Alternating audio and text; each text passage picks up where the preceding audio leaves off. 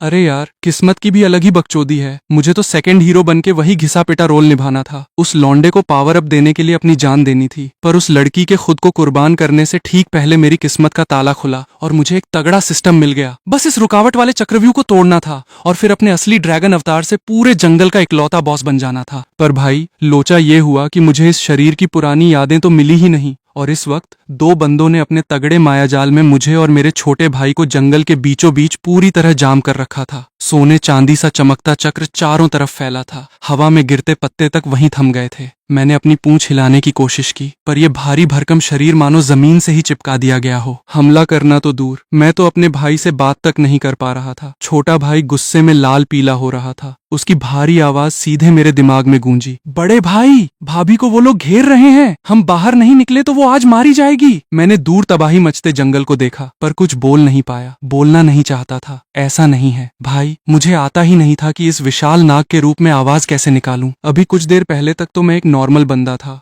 आंख खुली तो देखा कि इस विशाल नाग के शरीर में अटका पड़ा हूँ। ऊपर से सबसे बड़ा सिरदर्द ये कि दिमाग एकदम खाली था। न कोई जादुई पैंतरा आता था, न बात करने का तरीका। यहाँ तक कि इस भारी शरीर को हिलाना कैसे है, उसकी भी ट्यूशन लेनी पड़ती। सामने खड़े उस बंदे का चेहरा खौफ से पीला पड़ा था, पर तेवर वही घमंडी वाले, बेकार में जोर मत लगाओ। एक बार वो हमारे हाथ लग जाए, फिर तुम दोनों का तेल निकाल के अपने बॉस को गिफ्ट करेंगे। दूसरे बंदे ने अपना मायाजाल कसते हुए हम दोनों को घूर कर कहा, दो बेजुबान जानवर ही तो हो, हमारी इस जंजीर को तोड़ने की तुम्हारी औकात नहीं। छोटा भाई अपनी पूरी ताकत से छटपटा रहा था, पर वो चक्र टस से मस नहीं हुआ। बड़े भाई, कोई तो जुगाड़ लगाओ। बाहर से मैं एकदम कूल दिख रहा था, पर अंदर से पूरी फटी पड़ी थी। असली कहानी में तो हम दोनों अपनी जान की बाजी लगाकर इस जाल को तोड़ते थे, पर मुझे तो अपनी पावर इस्तेमाल करना भी नहीं आता। थोड़ा और टाइम गया तो सब खत्म हो जाएगा, वो लौंडा बच जाएगा और हम दोनों की बलि तय है। अरे भगवान, पुरानी यादें नहीं दी वो तो ठीक है, पर कम से कम जान बचाने का कोई सामान तो दे देता। तभी दिमाग में एक झन्नाटेदार डिजिटल आवाज गूंजी, सिस्टम सक्सेसफुली इंस्टॉल हो गया है, वेलकम गिफ्ट अनलॉक हो चुका है। 10% असली ड्रैगन पावर, 10 जान बचाने वाले प्रोटेक्शन कार्ड्स, एक मैजिकल पिल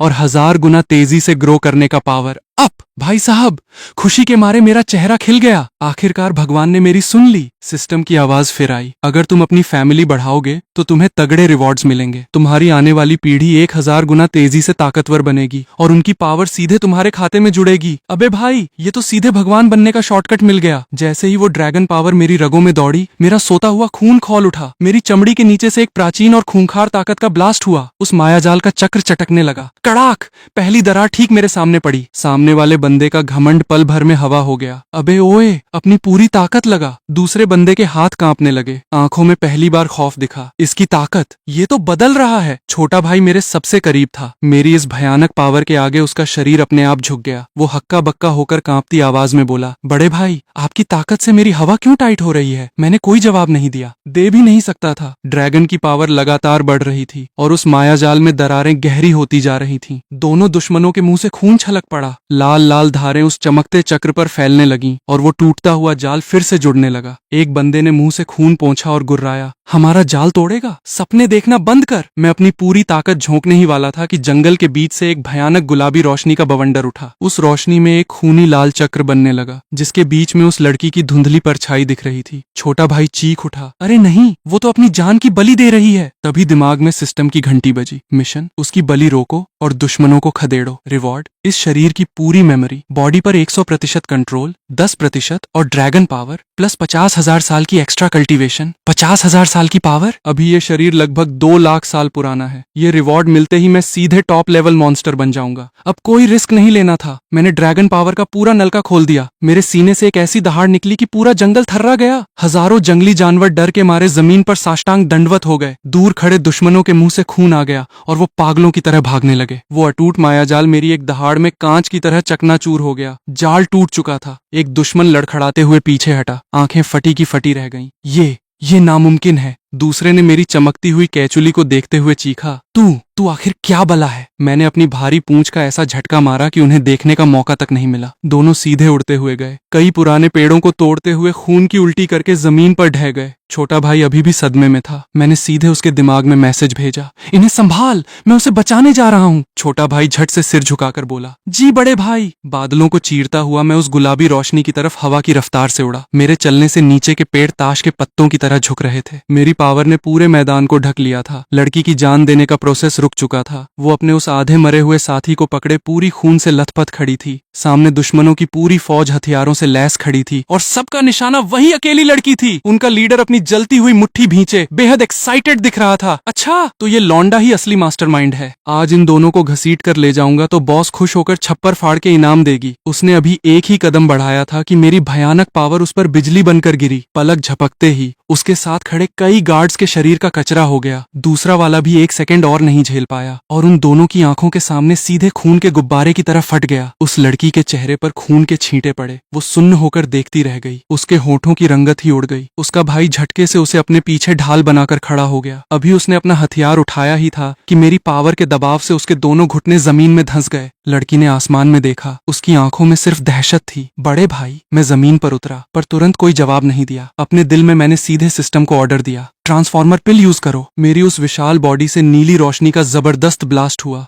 हड्डियां सिकुड़ने लगीं, छाल और केचुली गायब हो गई और रोशनी छंटते ही मैं एक लंबे काले बालों वाले हैंडसम बंदे के रूप में खड़ा था। पर मेरी वो खतरनाक ड्रैगन पावर 1% भी कम नहीं हुई थी। वो लड़की अपने आधे मरे साथी को संभाले टकटकी लगाए मुझे देख रही थी। तुम सीधे इंसान कैसे बन गए और तुम्हारी पावर गायब क्यों नहीं हुई? मैं उसके पास गया, उस लौंडे के जख्मों पर बस एक नजर डाली और फिर उस लड़की के भाई की तरफ देखा। इसे अपनी पीठ पर उठा। उसके भाई के माथे की नसें तन गईं। किस हक से बोल रहा है? मैंने बस हाथ उठाया। पास खड़े एक तगड़े गार्ड के सीने को चीरती हुई नीली रोशनी पार हो गई। उसकी लाश गिरते ही उस भाई का चेहरा सफेद पड़ गया। अगली बार तेरी बारी होगी। उसकी बहन ने अपने भाई का हाथ कस के पकड़ा, कांपती आवाज में बोली, भैया जैसा कह रहा है वैसा करो। उसने दांत भींचकर उस लौंडे को अपनी पीठ पर लाद लिया। मैं मुड़ा और उस लड़की को घूरा। वो अभी भी अपनी जादुई पावर चालू किए खड़ी थी। सुनहरे बाल बिखरे हुए उसके चेहरे पर चिपके थे। उस लोमड़ी वाली अदाकारी और डर का ऐसा कॉम्बिनेशन दिख रहा था कि बंदी एकदम बवाल लग रही थी। मैंने उसकी ठोड़ी पकड़ी और अपना चेहरा पास लाया। जानती है मैंने तुझे और तेरे भाई को जिंदा क्यों छोड़ा? उसने अपना चेहरा छुड़ाने की कोशिश की पर मेरी ताकत के आगे हिल भी नहीं पा रही थी। तुम हमें ब्लैकमेल करने के लिए यूज करना चाहते हो? मैंने सीधे उसकी आंखों में देखा। मुझे तू पसंद आ गई है। मेरे बच्चे की माँ बन जा। मैं तुझे और तेरे भाई को सही सलामत जाने दूंगा। बंदी पहले तो हक्की बक्की रह गई, फिर उसका चेहरा गुस्से और डर से लाल पीला हो गया। इम्पॉसिबल, भूल जाओ, साफ मना कर दिया। मैंने कोई बहस नहीं की, सीधे उसे गोद में उठाया और बादलों पर सवार होकर अपने अड्डे की तरफ उड़ चला। वो मेरे सीने पर मुक्के मारती रही। छोड़ो मुझे, कमीने, नीचे उतारो मुझे। उसका भाई मेरी पावर के नीचे पिस रहा था। उसकी नसें फटने को थीं और आंखें खून जैसी लाल थीं। मेरी बहन को छोड़ दो, पर वो कुछ कर नहीं सकता था। बस मुझे अपनी बहन को ले जाते हुए देखता रह गया। उस लड़की ने भी अपने साथी को पकड़ा और पीछे रह गई। वो मेरी पीठ को ऐसे घूर रही थी जैसे मुझे पहली बार देख रही हो। अपने अड्डे के तालाब पर पहुंचते ही देखा कि छोटे भाई ने उन दोनों मेन विलेंस को अपने भारी पंजों के नीचे दबा रखा है। मुझे इंसान के रूप में देखकर उसने झटका खाकर घूंसा उठाया, पर मेरी खुशबू पहचानते ही हवा में रुक गया। बड़े भाई आप? मैंने उस लड़की को अपने कंधे पर लाद रखा था। हाँ मैं हूँ। तू उस लड़की, लौंडे, उसके भाई और बाकी जिंदा बचे लोगों को यहाँ ले आ और इन दोनों विलेंस को मारना मत, ये आगे काम आएंगे। छोटे भाई ने छटपटाती हुई उस लड़की को देखा। और इसका क्या करना है? मैं तालाब किनारे बनी लकड़ी की कुटिया की तरफ बढ़ा। बाहर पहरा दे, मेरी इजाजत के बिना परिंदा भी पर न मारे। लड़की ये बात समझ गई और पागलों की तरह छटपटाने लगी। नहीं, छोड़ दो मुझे, प्लीज, मुझे अंदर मत ले जाओ।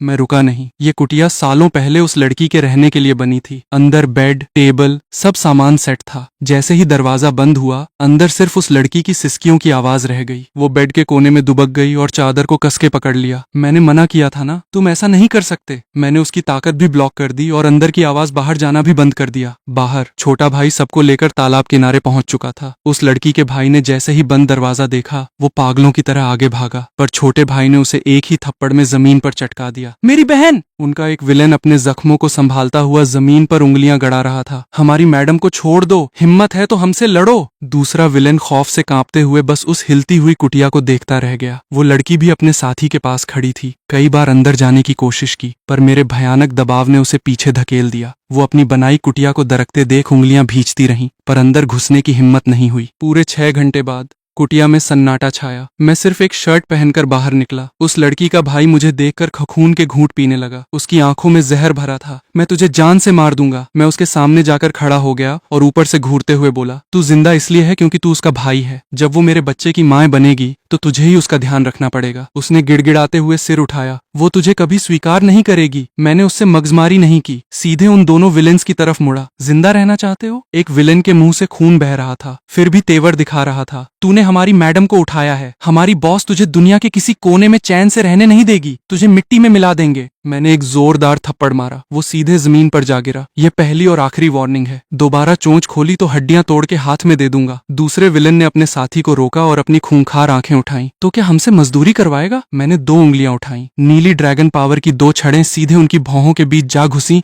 और जादुई सिंबल बन गईं। अब तुम दोनों मेरे इशारों पर नाचोगे। अगर दिमाग चलाया तो एक सोच से तुम्हारा भेजा उड़ा दूंगा। बदले में ये सिंबल तुम्हारी पावर को 2 गुनी रफ्तार से बढ़ाएगा। उन्हें तुरंत अपनी बॉडी में ताकत दौड़ती महसूस हुई। उनका गुस्सा पहली बार खौफ में बदल गया।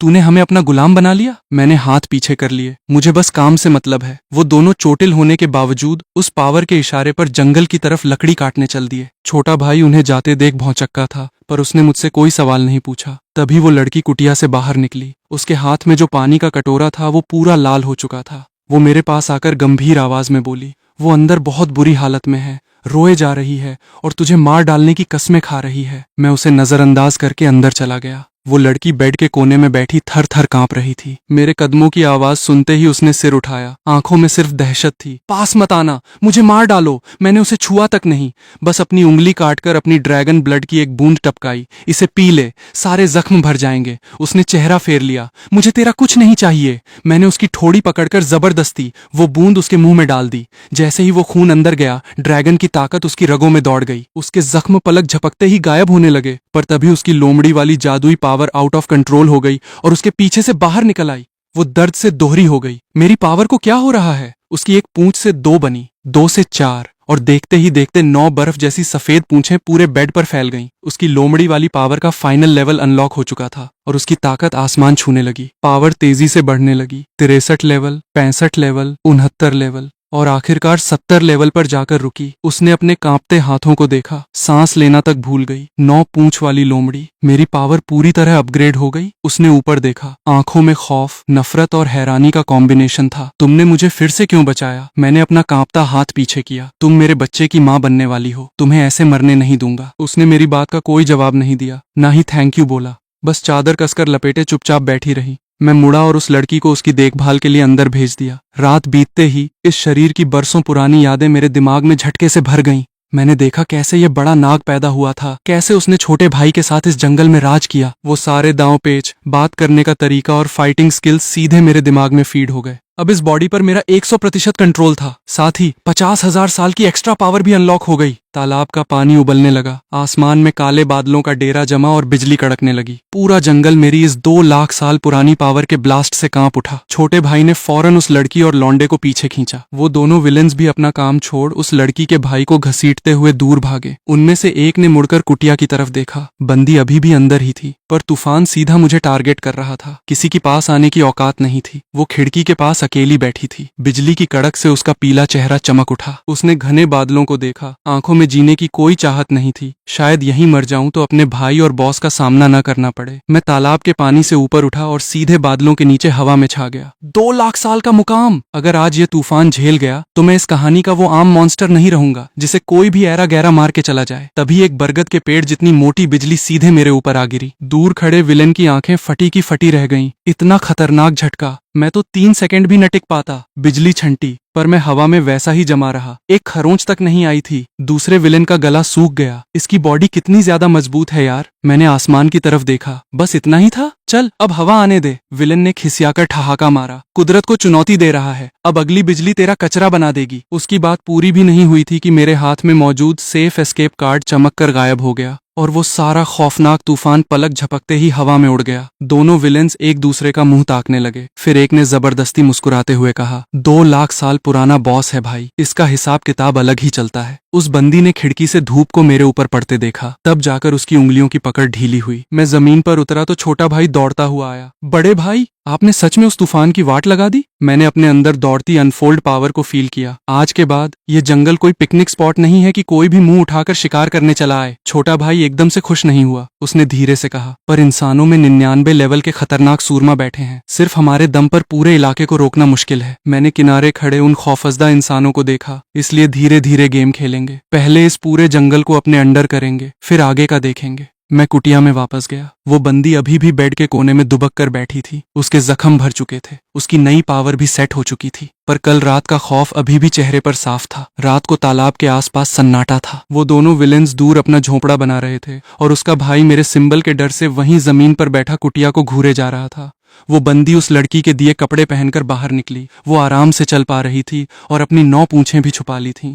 पर जैसे ही मैं पास आया, उसके कंधे तंग हो गए। मैं उससे 3 कदम दूर रुक गया। कैसी है तबीयत? उसने मेरी तरफ देखा भी नहीं। तुम्हें तो सब पता ही है ना, तुम्हारे खून ने मुझे ठीक कर दिया, 61 से सीधे 70 लेवल पर पहुंचा दिया। पर इसका मतलब ये नहीं कि मैं सब भूल जाऊंगी। उसकी आवाज शांत थी, पर उंगलियां हथेली में गड़ रही थीं। मैंने उसकी नफरत का बुरा नहीं माना, ना ही उससे माफी मांगने को कहा। बस एक नीले रंग का जादुई मोती पत्थर पर रख दिया, बाहर घूमना हो तो इसे साथ रखना। मेरी महक के बिना जंगल के जानवर तुझे जिंदा चबा जाएंगे। उसने मुझे घूर कर पूछा, मुझे कब तक कैद रखोगे? जब तक पेट में मेरा बच्चा न आ जाए। उसका चेहरा पीला पड़ गया। और अगर कभी ऐसा न हुआ तो यहीं पड़ी रहेगी। वो झटके से खड़ी हो गई। उसके पीछे लोमड़ी का साया लहराया। मैं कभी हार नहीं मानूंगी। मैंने अपनी ड्रैगन पावर की बस एक झलक दिखाई और उसकी लोमड़ी सीधे घुटनों पर आ गिरी। वो खुद भी लड़खड़ा गई, पर नजरें नहीं हटाई। उसने एक एक शब्द चबाकर कहा, मैं आज तुझसे नहीं जीत सकती, पर हमेशा ऐसा नहीं रहेगा। एक दिन मैं तुझे खुद मारूंगी। मैंने अपनी पावर वापस खींच ली। तो तब तक जिंदा रह। दूर से उसका भाई ये सब देख रहा था। आगे भागने की कोशिश की तो माथे का सिंबल सुई की तरह चुभा और वो घुटनों के बल गिर पड़ा। उसने हाथ बढ़ाकर चीखा, बहन डर मत, तेरा भाई अभी जिंदा है। उसने अपनी आंखों के आंसू पोंछे। भैया, मैं भी हार नहीं मानूंगी। अगली सुबह मैं जंगल से एक तगड़ा शिकार मारकर लाया। आग पर भूनते ही मीट की मस्त खुशबू पूरे इलाके में फैल गई। वो दोनों विलेन्स कल रात से भूखे थे, पर पास आने की हिम्मत नहीं हो रही थी। जब मैंने मीट का पीस उनकी तरफ फेंका, तब जाकर एक ने पकड़ा। जहर का डर नहीं लग रहा? विलेन ने मीट का टुकड़ा तोड़ा। तुझे मारना होता तो जहर की जरूरत नहीं पड़ती। दूसरा विलेन गाल पर छपे थप्पड़ को सहलाते हुए बैठा। हमारी बॉस को जब पता चलेगा कि हम गायब हैं, तो वो खुद आएगी, फिर देखना तेरा क्या हाल होता है। मैंने मीट को पलटते हुए कहा, अच्छा है, उसे खुद ही आने दो। वो अभी और बकबक करने वाला था कि दूसरे विलेन ने उसका हाथ दबा दिया। उन्होंने मुझे वो चक्र तोड़ते देखा था और तूफान को चुटकी में गायब करते भी।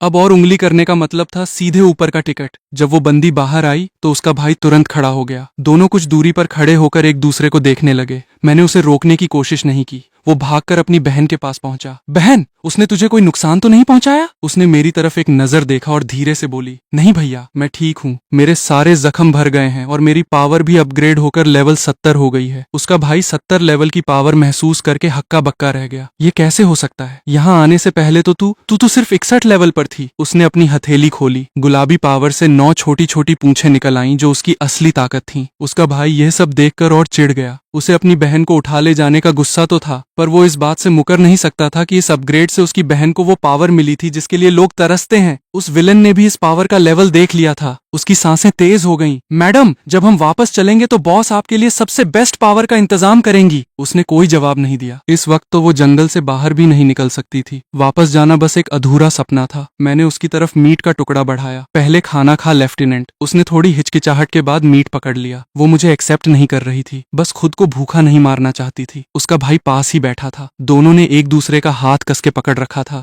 मानो इसी से एक दूसरे के होने का एहसास हो रहा हो। कुछ रातों बाद कुटिया का दरवाजा फिर बंद हुआ। वो बंदी अभी भी नफरत कर रही थी और इस रिश्ते को मानने से इनकार कर रही थी। बाहर बैठे उसका भाई और वो दोनों विलेन सुबह तक बस हिलती हुई मोमबत्ती की परछाई देखते रहे। 7 दिन बाद सुबह सुबह दिमाग में सिस्टम की घंटी बजी। बधाई हो, वो प्रेग्नेंट हो चुकी है। आपको मिला है एक लकी ड्रा। मैंने तुरंत स्पिन किया। मुबारका, आपको मिला है ड्रैगन ट्री सीक्रेट मंत्र। इस पावर से 2 लाख स्क्वायर किलोमीटर का इलाका मेरे अंडर आ जाएगा। मेरे अंडर आने वाले जंगल में हर किसी की ट्रेनिंग स्पीड दोगुनी हो जाएगी। फाइट में सारे एट्रीब्यूट्स बढ़ जाएंगे और दुश्मनों की पावर आधी रह जाएगी। इस पेड़ के जादुई फल सीधे पावर बढ़ा देंगे। मैंने उस मंत्र को तालाब के बीचों बीच प्लांट कर दिया। पूरा इलाका थर्रा उठा और एक जबरदस्त दहाड़ गूंजी। तालाब के पानी से ड्रैगन जैसा दिखने वाला एक खूनी लाल पेड़ बाहर निकला। उसकी जड़ें सीधे गहराई तक चली गईं। लाल रोशनी की तरंगे चारों तरफ फैल गईं। छोटा भाई इस खूंखार दबाव को झेल नहीं पाया और सीधे पेड़ के सामने घुटनों पर आ गिरा। वो दोनों विलेंस और उसका भाई मानो किसी भारी चट्टान के नीचे दब गए हों। उनके चेहरे का रंग उड़ गया। मैंने हाथ उठाकर छोटे भाई को थोड़ी पावर ट्रांसफर कर दी। उसकी पावर का लेवल पलक झपकते ही 1 लाख से बढ़कर 1,10,000 साल हो गया। उसने हैरानी से सिर उठाया। आवाज कांप रही थी। बड़े भाई, मेरी पावर बढ़ गई। मैंने उस लाल पेड़ की तरफ इशारा किया। इसकी रेंज में मेरी परमिशन से ट्रेनिंग स्पीड डबल हो जाएगी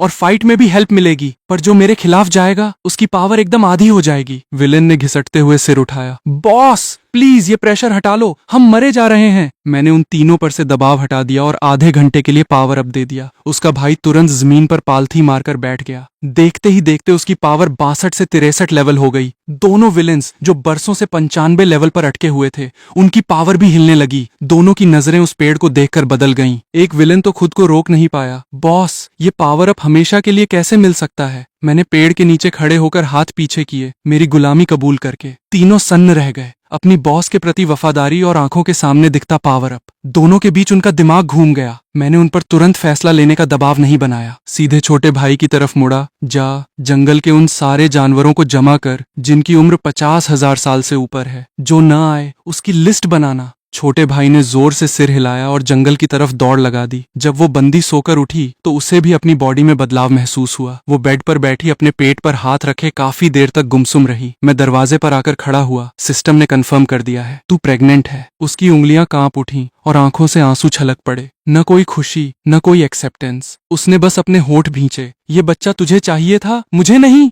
मैंने उसे देखा। ये सही सलामत पैदा होगा और किसी की औकात नहीं कि तुझे या इसे हाथ भी लगा सके। उसने अपनी लाल आंखें उठाईं। और तेरा क्या? तुझसे कौन बचाएगा? कुटिया में काफी देर तक सन्नाटा छाया रहा। उसे और टाइम मिला तो वो सच में मर जाएगा। उस लड़की ने अपने साथी की तरफ देखकर कहा। मैंने ठंडे लहजे में पूछा, मैं उसे क्यों बचाऊं? लड़की की आंखें नम हो गईं। तू पहले ऐसा नहीं था। मैंने उसकी आंखों में आंखें डाली। पहले वाला मैं बार बार तेरी फालतू जिद के लिए जान देता था। बदले में क्या मिला? तूने इस लौंडे के चक्कर में अपनी माँ का बदला भुला दिया, अपनी पहचान भुला दी और अपनी जान की बलि देने चली थी। अगली बार जब दुश्मन आएंगे तो क्या मैं और छोटा भाई फिर तेरे इस आशिक के लिए अपनी बलि चढ़ा दें? लड़की का शरीर कांप उठा। वो उस लौंडे को पकड़े पकड़े धीरे से घुटनों पर गिर पड़ी। मेरी गलती थी, तू बस इसे बचा ले। मैं यहीं रहकर ट्रेनिंग करूंगी और अपनी माँ का बदला लूंगी। तू जो कहेगा मैं करूंगी। उसने मेरी शर्ट का कोना पकड़ लिया। वो डर से थर थर कांप रही थी, पर अभी भी पूरी तरह हार मानने को तैयार नहीं थी। अभी उसका दिमाग घूम ही रहा था कि जंगल की गहराई से भारी कदमों की आवाज आई। छोटा भाई वापस आ गया था। उसके पीछे 50 से ज्यादा खतरनाक जानवर थे,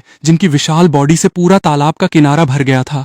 80,000 साल, 90,000 साल पुराने खूंखार मॉन्स्टर्स, सब के सब इंसानी रूप में खड़े मुझे टकटकी लगाए घूर रहे थे। उनकी आंखों में डर भी था और अकड़ भी। वो लड़की उस खून से लथपथ लौंडे को उठाकर लकड़ी की कुटिया में ले गई। दरवाजा बंद करने से पहले उसने बिस्तर के पास बैठकर उसका हाथ पकड़ा। तीसरे भाई, तुम्हें बचाने के लिए शायद मुझे अब तुम्हारे साथ भी गद्दारी करनी पड़े। छोटे भाई के पीछे खड़े खूंखार मॉन्स्टर्स से पूरा तालाब का किनारा भर गया था। 8 आंखों वाली जहरीली मकड़ी, पहाड़ जैसी भारी ढाल वाला कछुआ और चमकती लेजर जैसी आंखों वाला खतरनाक भेड़िया। जैसे जैसे उनकी पावर का लेवल 1 लाख साल के करीब पहुंच रहा था, उनकी आंखों में मेरे लिए अकड़ साफ दिख रही थी। छोटा भाई मेरे पास आया और फुसफुसाया, बड़े भाई। वो शेर की टोली, 3 भाइयों वाले खतरनाक रीछ और नीले रंग का जादुई चीता नहीं आए। उन्हें पता चला कि आप 2 लाख साल के मुकाम पर पहुंच गए हैं, फिर भी वो अपने इलाके से हिलने को तैयार नहीं है। मैंने उन खूंखार मॉन्स्टर्स को देखा जो जानबूझकर मेरी नजरों से बच रहे थे। समझ आ गया, इतने सालों से इस जंगल में बस नाम के 2 राजा थे, दिल से मानने वाला एक भी नहीं था। वो खतरनाक भेड़िया भीड़ से बाहर आया।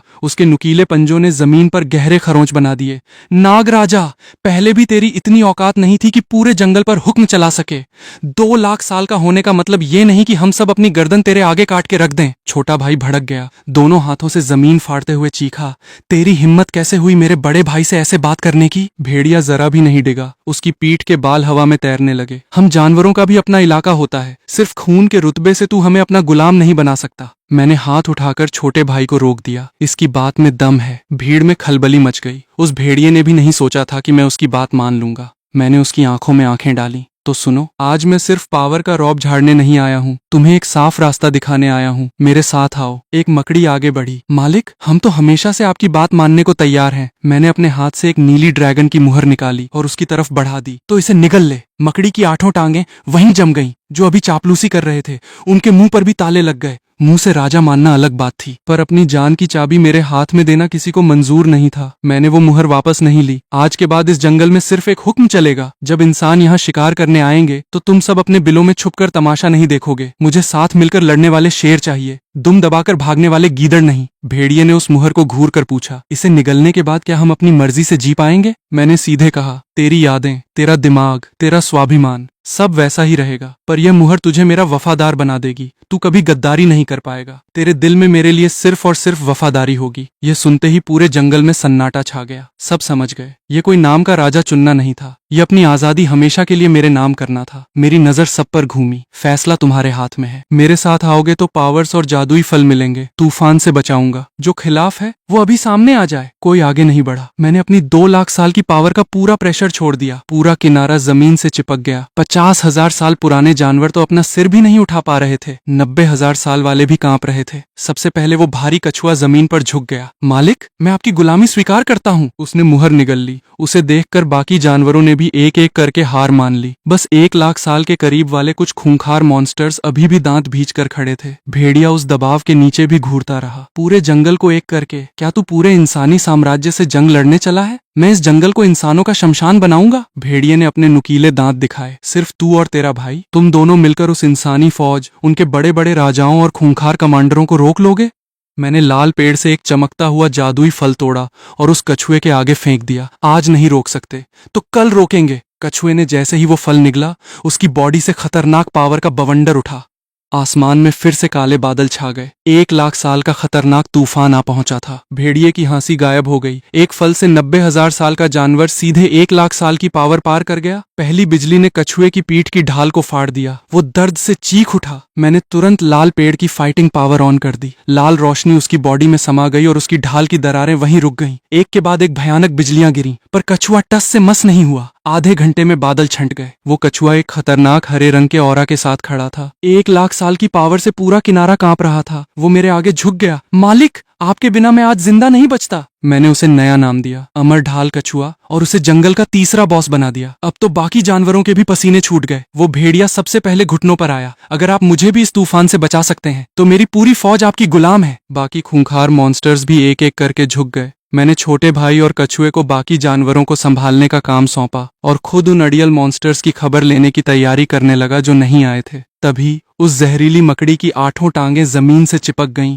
मालिक, जंगल के बॉर्डर से हलचल आ रही है। मैंने पूछा, कौन है? उसने अपनी 8 आंखों से देखा। 3 सबसे खूंखार कमांडर, 4 बड़े फाइटर्स और 10 टॉप लेवल के बॉडीगार्ड्स। उनकी लीडर एक औरत है और सब उसके इशारे पर चल रहे हैं। वो रास्ते में किसी जानवर को नहीं मार रहे, सीधे हमारे तालाब की तरफ आ रहे हैं। वो दोनों विलेंस जो लकड़ी काट रहे थे, उनके हाथ से कुल्हाड़ी छूट गई, चेहरे से रंग उड़ गया। मैंने जंगल के बॉर्डर की तरफ देखा। मेरी ड्रैगन पावर हवा में फैलने लगी। दुश्मनों की दूसरी फौज आ पहुंची थी। मैंने इशारा किया और सारे जानवर चुपचाप जंगलों में छुप गए। जो झील का किनारा अभी कुछ देर पहले खूंखार मॉन्स्टर्स से भरा था, वहां अब सिर्फ सन्नाटा था। बस वो दोनों विलेंस और उस बंदी का भाई चुपचाप लकड़ी के शहतीर उठाने और छत की मरम्मत में लगे थे। तीनों को दूर से आते कदमों की आवाज सुनाई दे रही थी, पर किसी ने हाथ नहीं रोका। कुछ ही देर में झाड़ियों को चीरती हुई कई छांव उभरी। सबसे आगे एक औरत थी, बॉडी पर चमकदार आर्मर, ऊंची चोटी, चेहरे पर गजब का रोब। ये दुश्मनों के मेन हेडक्वार्टर से आई उनकी नई कमांडर थी। उसने पहले झील के पानी को देखा, फिर उसकी नजर उस विशाल लाल जादुई पेड़ पर पड़ी जिसकी शाखाएं आसमान को छू रही थीं। पेड़ से छूटती खूंखार वाइब्स देखकर उसके कदम खुद ब खुद धीमे हो गए। पर जैसे ही उसकी नजर उन दोनों विलेंस पर पड़ी जो मेरे लिए लकड़ी की कुटिया बना रहे थे, उसका दिमाग ही घूम गया। ये क्या बकवास है? मैडम, तुम्हें मिशन पूरा करके रिपोर्ट करने का इंतजार कर रही हैं और तुम दोनों यहाँ मजदूरी कर रहे हो। एक विलेन ने लकड़ी का शहतीर दूसरे को थमाया, जैसे कुछ सुना ही न हो। बंदी का भाई तो लकड़ी छीलने में इतना बिजी था कि ऊपर देखने तक की हिम्मत नहीं की। कमांडर का चेहरा गुस्से से लाल हो गया। वो अभी और चिल्लाने ही वाली थी कि कुटिया के पीछे से वो बंदी बाहर आई। गुलाबी ड्रेस में वो किसी आम गांव की लड़की जैसी लग रही थी और उसके पीछे वो दूसरी लड़की चाय के कप थामे आ रही थी। कहीं से भी ये शिकार पर निकली कोई फाइटर टीम नहीं लग रही थी। मैडम, कमांडर ने झटके से उसका हाथ पकड़ा, आपको उस 1 लाख साल पुरानी नागिन का शिकार करने भेजा था। आप लोग वापस क्यों नहीं आए? और ये सब क्या नाटक पहन रखा है? हुआ क्या है यहाँ?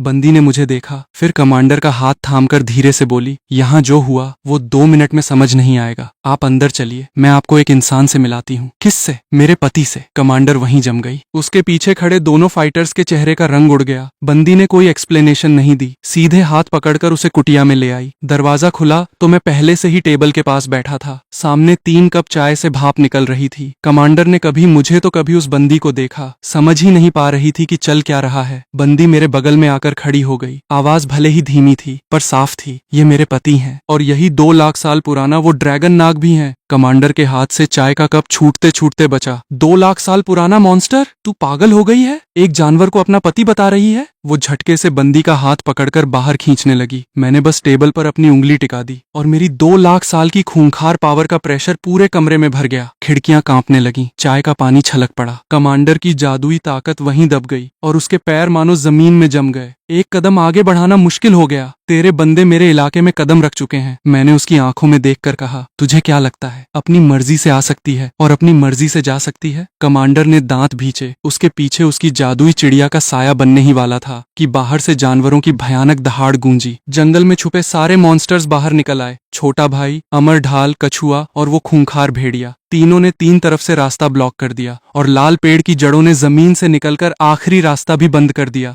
बाहर खड़े दुश्मनों के फाइटर्स में भगदड़ मच गई। कोई हवा में उड़ने की कोशिश कर रहा था तो कोई भागने की, पर लकड़ी काट रहे विलेन ने ऊपर देखा और ठंडी सांस भरी। फालतू मेहनत मत करो, ये तुम्हारा हेडक्वार्टर नहीं है। कमांडर ने खिड़की से ये सब देखा तो उसके गुस्से में खौफ की पहली लकीर उभरी। वो समझ गई ये दोनों विलेन्स गद्दार नहीं बने थे, बस इनके पास ऑप्शन ही खत्म हो चुका था। मैं चलकर उसके पास आया और अपने हाथ से ड्रैगन ब्लड की एक बूंद निकाली। ये बंदी यहाँ क्यों रुकी है? तूने सुन ही लिया, तेरे लिए भी कंडीशन सेम है। यहाँ रुक, मेरी पत्नी बन और मुझे एक बच्चा दे। काम पूरा होने के बाद तेरी मर्जी, जाना हो या रुकना हो। और अगर अभी मना किया तो बाहर खड़े तेरे सारे बंदे मरेंगे और तू भी इस झील से जिंदा बाहर नहीं जाएगी। भूल जा। उसने हाथ उठाकर मुझे थप्पड़ मारना चाहा, पर मेरी पावर के नीचे उसकी उंगली तक नहीं हिली। मैंने बस चुटकी बजाई और वो खून की बूंद सीधे उसकी भौहों के बीच समा गई। पहले देख ले तुझे क्या मिल रहा है, फिर बकबक करना। वो कुछ बोल पाती उससे पहले ही उसकी बॉडी में आग का बवंडर उठ खड़ा हुआ। उसकी पीठ से खतरनाक लपटें निकली और पूरी कुटिया को घेर लिया। बंदी ने तुरंत अपनी 9 पूंछ वाली पावर ऑन की और पीछे हटी, जबकि मैंने अपनी जादुई ढाल से पूरी छत और दीवारों को कवर कर लिया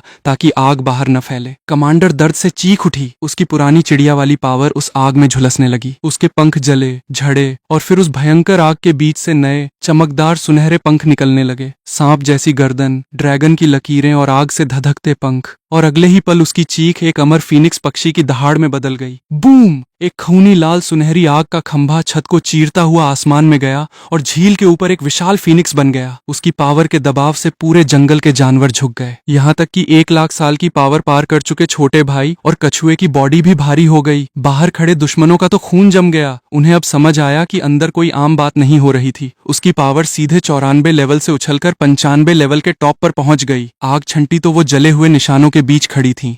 अपने नए फीनिक्स अवतार को देखकर उसके मुंह से शब्द नहीं निकल रहे थे। मेरी पावर सच में अपग्रेड हो गई? बंदी ने उसे सहारा दिया और अपनी 9 पूंछें दिखाईं। मैं भी पहले यकीन नहीं कर रही थी, पर इसने मुझे सिर्फ जिंदा रहने का मौका नहीं दिया, बल्कि भगवान जैसी ताकत दी है। कमांडर ने मुझे देखा। उसकी नफरत और डर अभी पूरी तरह खत्म नहीं हुए थे, पर आंखों के सामने दिख रही ताकत को नकारा नहीं जा सकता था। अब वो इस जगह को एक आम जानवरों का अड्डा समझने की गलती कभी नहीं कर सकती थी। उसने दरवाजे की तरफ एक कदम बढ़ाया तो उसके हाथों से फीनिक्स की आग अपने आप निकलने लगी। हमले के लिए नहीं, बल्कि वो इस नई पावर को अभी संभाल नहीं पा रही थी। बंदी ने उसका हाथ पकड़ना चाहा, पर फीनिक्स की लपटों से झुलसकर 2 कदम पीछे हट गई। कमांडर ने अपनी हथेली को देखा। सांसें फूली हुई थीं। 95 लेवल का टॉप, बस एक कदम और मैं 96 लेवल की सूरमा बन जाऊंगी। मैंने अपनी पावर से उसकी बॉडी से निकलती आग को शांत किया। यही वो सच है जो तूने अपनी आंखों से देखा। अब अगर तू बाहर भागेगी तो तेरे बंदे तुझे बचा नहीं पाएंगे। तुम्हारी संस्था यह कभी नहीं चाहेगी कि तुम्हारे पास फीनिक्स का अवतार आ जाए, ना ही वे तुम्हारी रक्षा करेंगे। पहले अपनी पावर को कंट्रोल में लाओ। जब तक तुम और तुम्हारे बंदे गद्दारी नहीं करते, मैं किसी को नहीं मारूंगा। उसने सिर उठाकर मुझे घूरा। साफ था कि उसे यह कोई आजादी का परवाना नहीं लग रहा था। वो कुछ बोलने ही वाली थी कि बाहर से एक दर्दनाक चीख गूंजी। उसके एक फाइटर ने भागने की कोशिश की थी, पर छोटे भाई ने उसे एक ही थप्पड़ में जमीन पर पटक दिया। उसने खिड़की से बाहर देखा। उसके दोनों बड़े कमांडर्स मेरी पावर से दबे पड़े थे और हिलने की हिम्मत नहीं कर पा रहे थे। उसे समझ आ गया कि यहाँ से किसी को भी जिंदा ले जाना अब नामुमकिन है। नाना, तुम्हें पहले से पता था कि यही होगा? उस बंदी ने कुछ पल सन्नाटा साधा, फिर शांत आवाज में बोली, मुझे बस इतना पता था कि बगावत की तो कोई जिंदा नहीं बचेगा। दीदी, पहले जिंदा रहना सीखो। कमांडर ने अपनी आंखें मूंद लीं। उसकी फीनिक्स की परछाई धीरे धीरे बॉडी के अंदर समा गई। उसने मेरी जबरदस्ती वाली कंडीशन को एक्सेप्ट नहीं किया, पर अब वो कुटिया से बाहर कदम बढ़ाने की बेवकूफी भी नहीं करने वाली थी। वो समझ गई थी कि इस खूंखार ताकत के आगे चुप रहने में ही उसकी और उसके बंदों की भलाई है। मैंने उस पर तुरंत फैसला लेने का प्रेशर नहीं डाला। उस बंदी को उसके पास छोड़ा और बाहर निकला। निकल आया। दुश्मनों की फौज को जानवरों ने चारों तरफ से घेर रखा था। आगे उनके 2 बड़े कमांडर्स खड़े थे और उनके पीछे 4 फाइटर्स और 10 बॉडीगार्ड्स अपनी जादुई पावर्स ऑन किए खड़े थे। उनकी पावर्स की रंग बिरंगी रोशनी से पूरा किनारा चमक रहा था। कमांडर और मैडम को छोड़ दो, एक कमांडर ने दहाड़ मारी, वरना हमारी फौज इस पूरे जंगल को शमशान बना देगी। मैंने बस एक नजर उसे देखा। मेरी पावर के झटके से उनकी जादुई पावर्स की चमक पल भर में फीकी पड़ गई। तेरे बड़े अधिकारी भी मुझसे इस लहजे में बात करने की औकात नहीं रखते। छोटा भाई जंगल से बाहर आया और अपने भारी घूंसे जमीन पर दे मारे।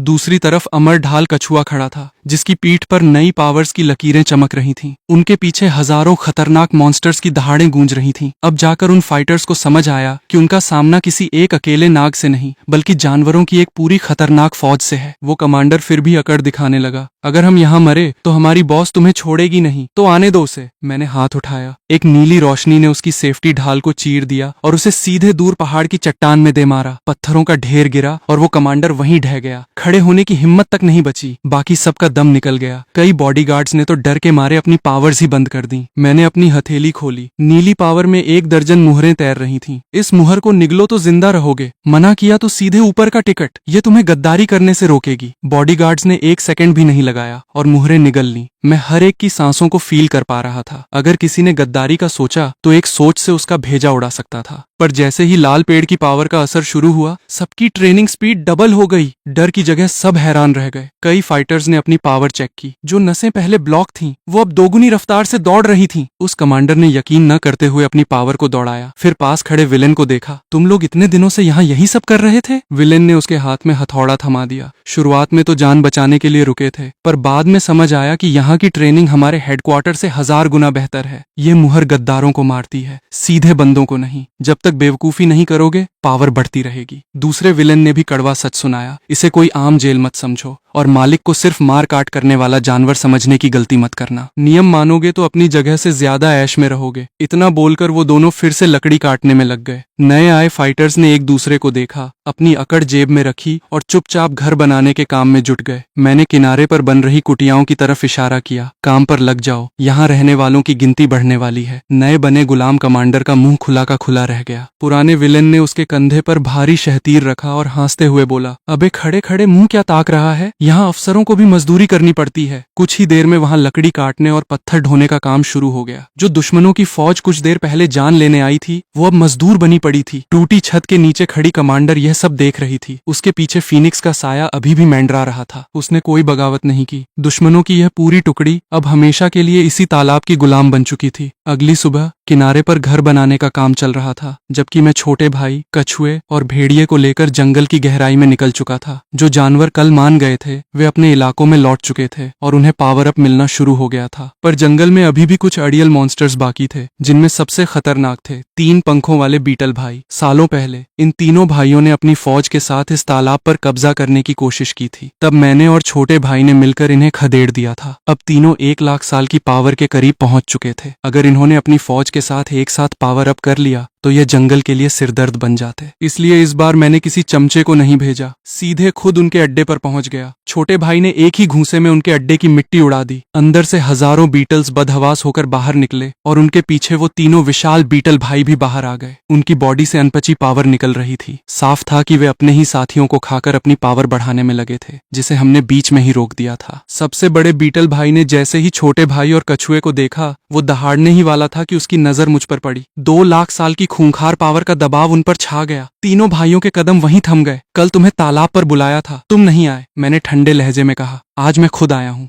आखिरी बार पूछ रहा हूँ, गुलामी कबूल है या मौत? बड़े बीटल की आंखें मेंडराने लगीं। उसके पीछे बीटल्स की फौज फड़फड़ाने लगी। उसके दिल में जलन थी। तीनों भाइयों ने सालों मेहनत की थी, बस 1 लाख साल का मुकाम छूने ही वाले थे। अगर इस वक्त सिर झुकाते तो पूरी बीटल फौज मेरे हवाले हो जाती, पर उसने सोचने में बहुत टाइम लगा दिया। टाइम खत्म, मैंने कहा और हाथ नीचे दबाया। मेरी नीली ड्रैगन पावर चट्टान की तरह उन पर आ गिरी। बड़े बीटल की 6 टांगे जमीन में धंस गईं। उसकी विशाल बॉडी वहीं पिस गई। दूसरे और तीसरे भाई ने उसे बचाने की कोशिश की, पर छोटे छोटे भाई और कछुए ने एक साथ धावा बोल दिया। भारी दबाव और रक्षा तोड़ू औरा एक साथ उन पर गिरा और बगल से भेड़िए ने भागने का रास्ता बंद कर दिया। एक सेकंड में तीनों भाई पंगु बन गए। बड़े बीटल ने आसपास के बीटल्स को मुझ पर हमला करने के लिए उकसाना चाहा, पर जब उसने चारों तरफ देखा, छोटा भाई टस से मस नहीं हुआ था। कछुए की पीठ पर खखूनी लकीरें चमक रही थीं और भेड़िए ने अपनी फौज के साथ पीछे का रास्ता ब्लॉक कर रखा था। दूर तक लाल पेड़ की खखूनी रोशनी फैली हुई थी। बड़े बीटल की आंखों की खूंखार चमक धीरे धीरे ठंडी पड़ गई। उसके पीछे खड़ी बीटल्स की फौज भी पीछे हटने लगी। मैं उसके सामने आया, हाथ में ड्रैगन की मुहर तैर रही थी। तुम तीनों चाहो तो 1 लाख साल के मुकाम के पास अटकी हुई कीड़ी बने रह सकते हो, या फिर मेरे साथ आकर असली 1 लाख साल वाले राजा बन सकते हो। बड़ा बीटल झटके से उठा। तू हमें 1 लाख साल की पावर पार करा सकता है? गुलामी कबूल कर, फिर खुद देख लेना। तीनों भाइयों ने एक दूसरे को देखा और एक साथ सिर झुका दिया। जैसे ही मुहरें उनके अंदर समाई, मैंने अपनी पावर हटा ली। बड़ा बीटल मुड़ा और उसने एक तीखी चीख मारी। हजारों बीटल्स जमीन के नीचे से सुरंगें बनाकर तालाब की तरफ दौड़ पड़े,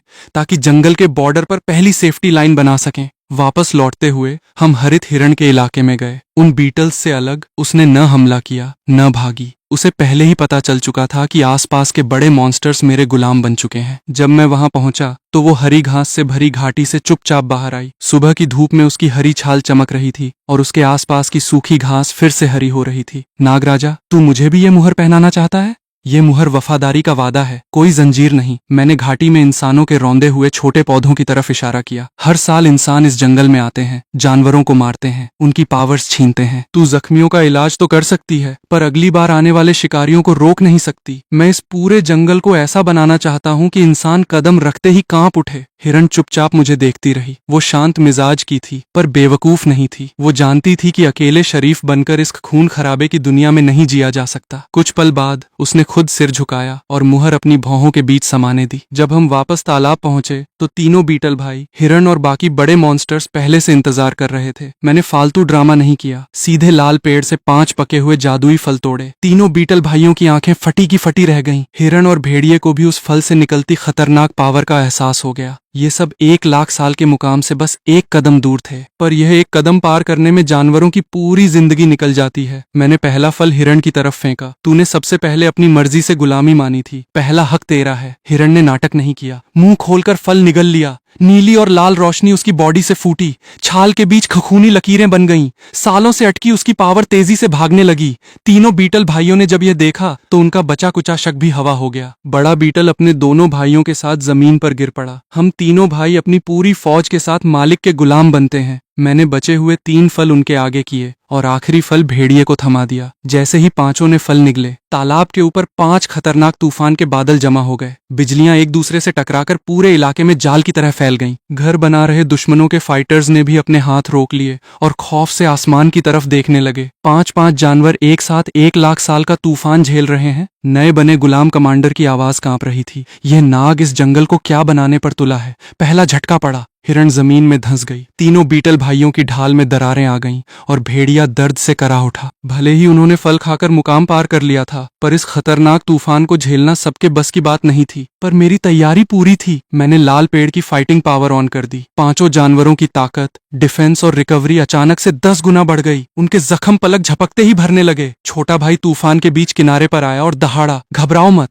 एक साथ खड़े हो जाओ और बारी बारी से बिजली झेलो। अमर ढाल कछुए ने अपनी भारी टांग जमीन पर मारी। शुरुआती बिजलियां बस तुम्हारी हड्डियां चेक कर रही हैं, असली खेल तो आखिर में होगा। जो डरा वो मरा। बिजलियों का तांडव मच गया, जमीन फटने लगी, पर पांचों जानवरों ने हिम्मत नहीं हारी। तीनों बीटल भाई तो पीठ से पीठ सटाकर एक साथ बिजली झेलने लगे। जब आखिरी सबसे बड़ा तूफान नीचे आया, हिरण ने एक तीखी चीख मारी और उसकी हरी रोशनी बादलों में जा घुसी। भेड़िया हवा में उछलकर बिजली से भिड़ गया और तीनों बीटल भाइयों ने अपनी पूरी ताकत मिलाकर एक भारी ढाल बना ली। बूम! चकाचौंध कर देने वाली बिजली ने पांचों को निगल लिया। तालाब के आसपास खड़े हजारों जानवरों की सांसें थम गईं। जब बादल छंटे तो 1 लाख साल की पावर के 5 नए बवंडर एक साथ आसमान में गूंज उठे। हिरण सबसे पहले धुएं से बाहर आई और मेरे आगे सिर झुकाया। उसके पीछे तीनों बीटल भाई और भेड़िया बाहर आए। उनके जख्म भर रहे थे, पर उनकी आंखों की चमक अब पूरी तरह बदल चुकी थी। मालिक को प्रणाम। पांचों 1 लाख साल वाले राजाओं ने एक साथ सिर झुकाया। पूरे जंगल के हजारों जानवर उनके पीछे घुटनों पर आ गिरे। छोटे भाई और अमर ढाल कछुए को मिलाकर अब मेरे पास 1 लाख साल वाले 7 खूंखार राजाओं की पूरी फौज तैयार हो चुकी थी। ये ताकत ऐसी थी कि कोई भी इंसान इसे देखकर कांप उठे। मैं तालाब किनारे पड़े एक विशाल पत्थर पर चढ़ गया। मेरी नजर सामने खड़े एक एक जानवर के चेहरे पर घूमी। आज के बाद ये जंगल कोई ऐसा लावारिस इलाका नहीं है जहां से हर कोई अपनी जान बचाकर भागता फिरे। अगर इंसान किसी एक जानवर पर भी हमला करते हैं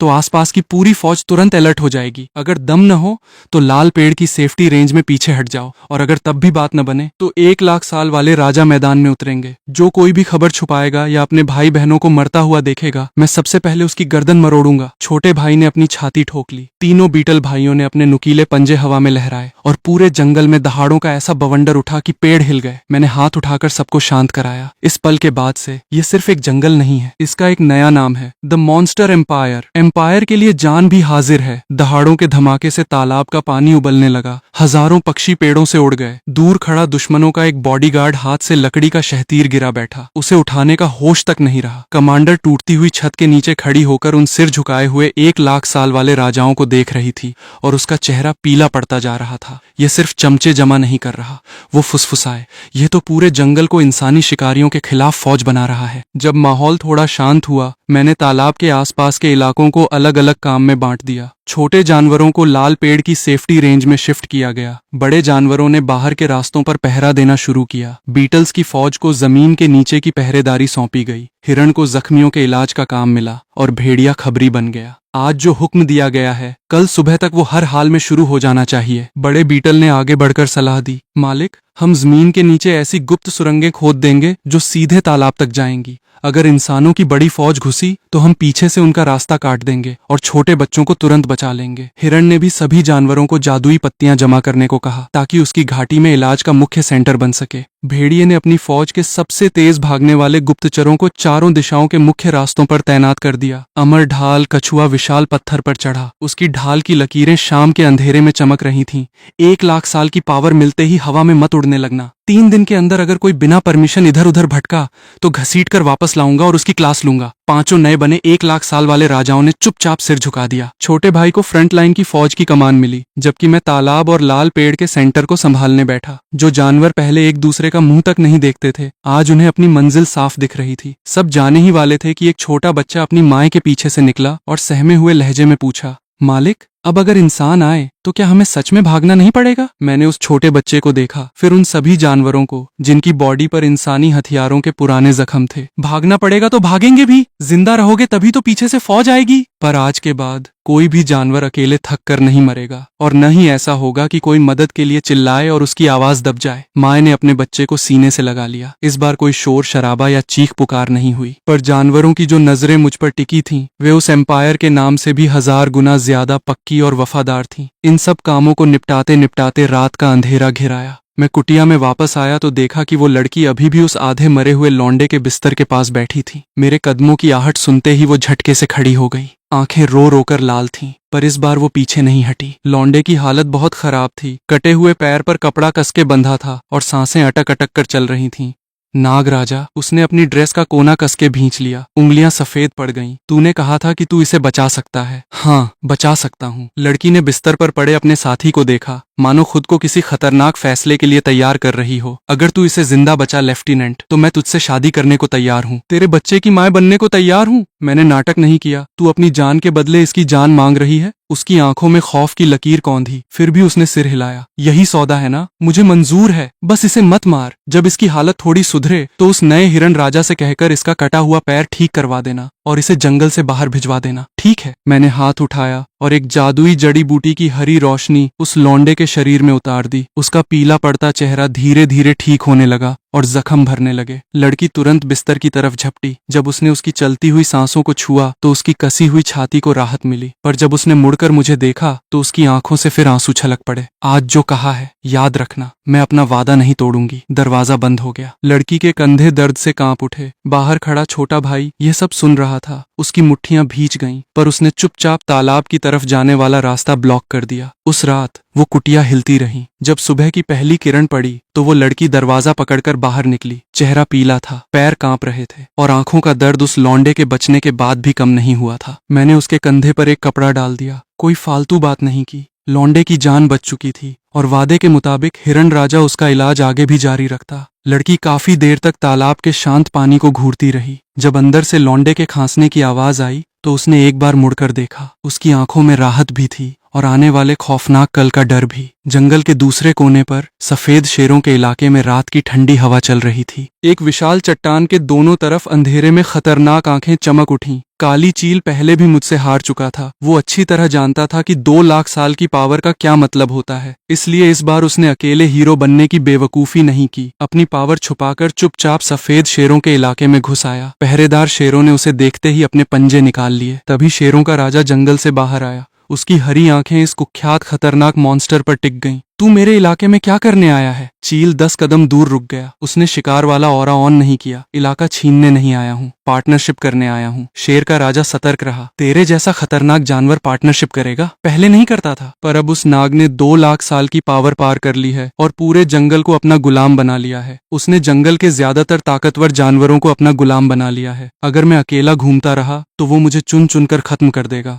और तुम्हारे साथ भी यही होगा। सफेद शेर की आंखों में चमक कौंधी। भले ही वो स्टार एम्पायर के नाम पर इस जंगल में अपनी धौंस जमाता था, पर इंसानी राजघराना यहाँ से बहुत दूर था। अगर नाग राजा अपनी 1 लाख साल वाली खूंखार फौज लेकर आ गया तो धर्म संस्कृति का यह ढोंग उसे बचा नहीं पाएगा। काले तेंदुए ने उसका डर भांप लिया और आग में घी डाला। तेरे पीछे इंसानी हुकूमत है और मेरे पास 1 लाख साल वाले राजाओं से सीधी भिड़ने की ताकत है। हम दोनों हाथ मिला लेते हैं और उस राजघराने की पावर का इस्तेमाल करके उसे रोकते हैं।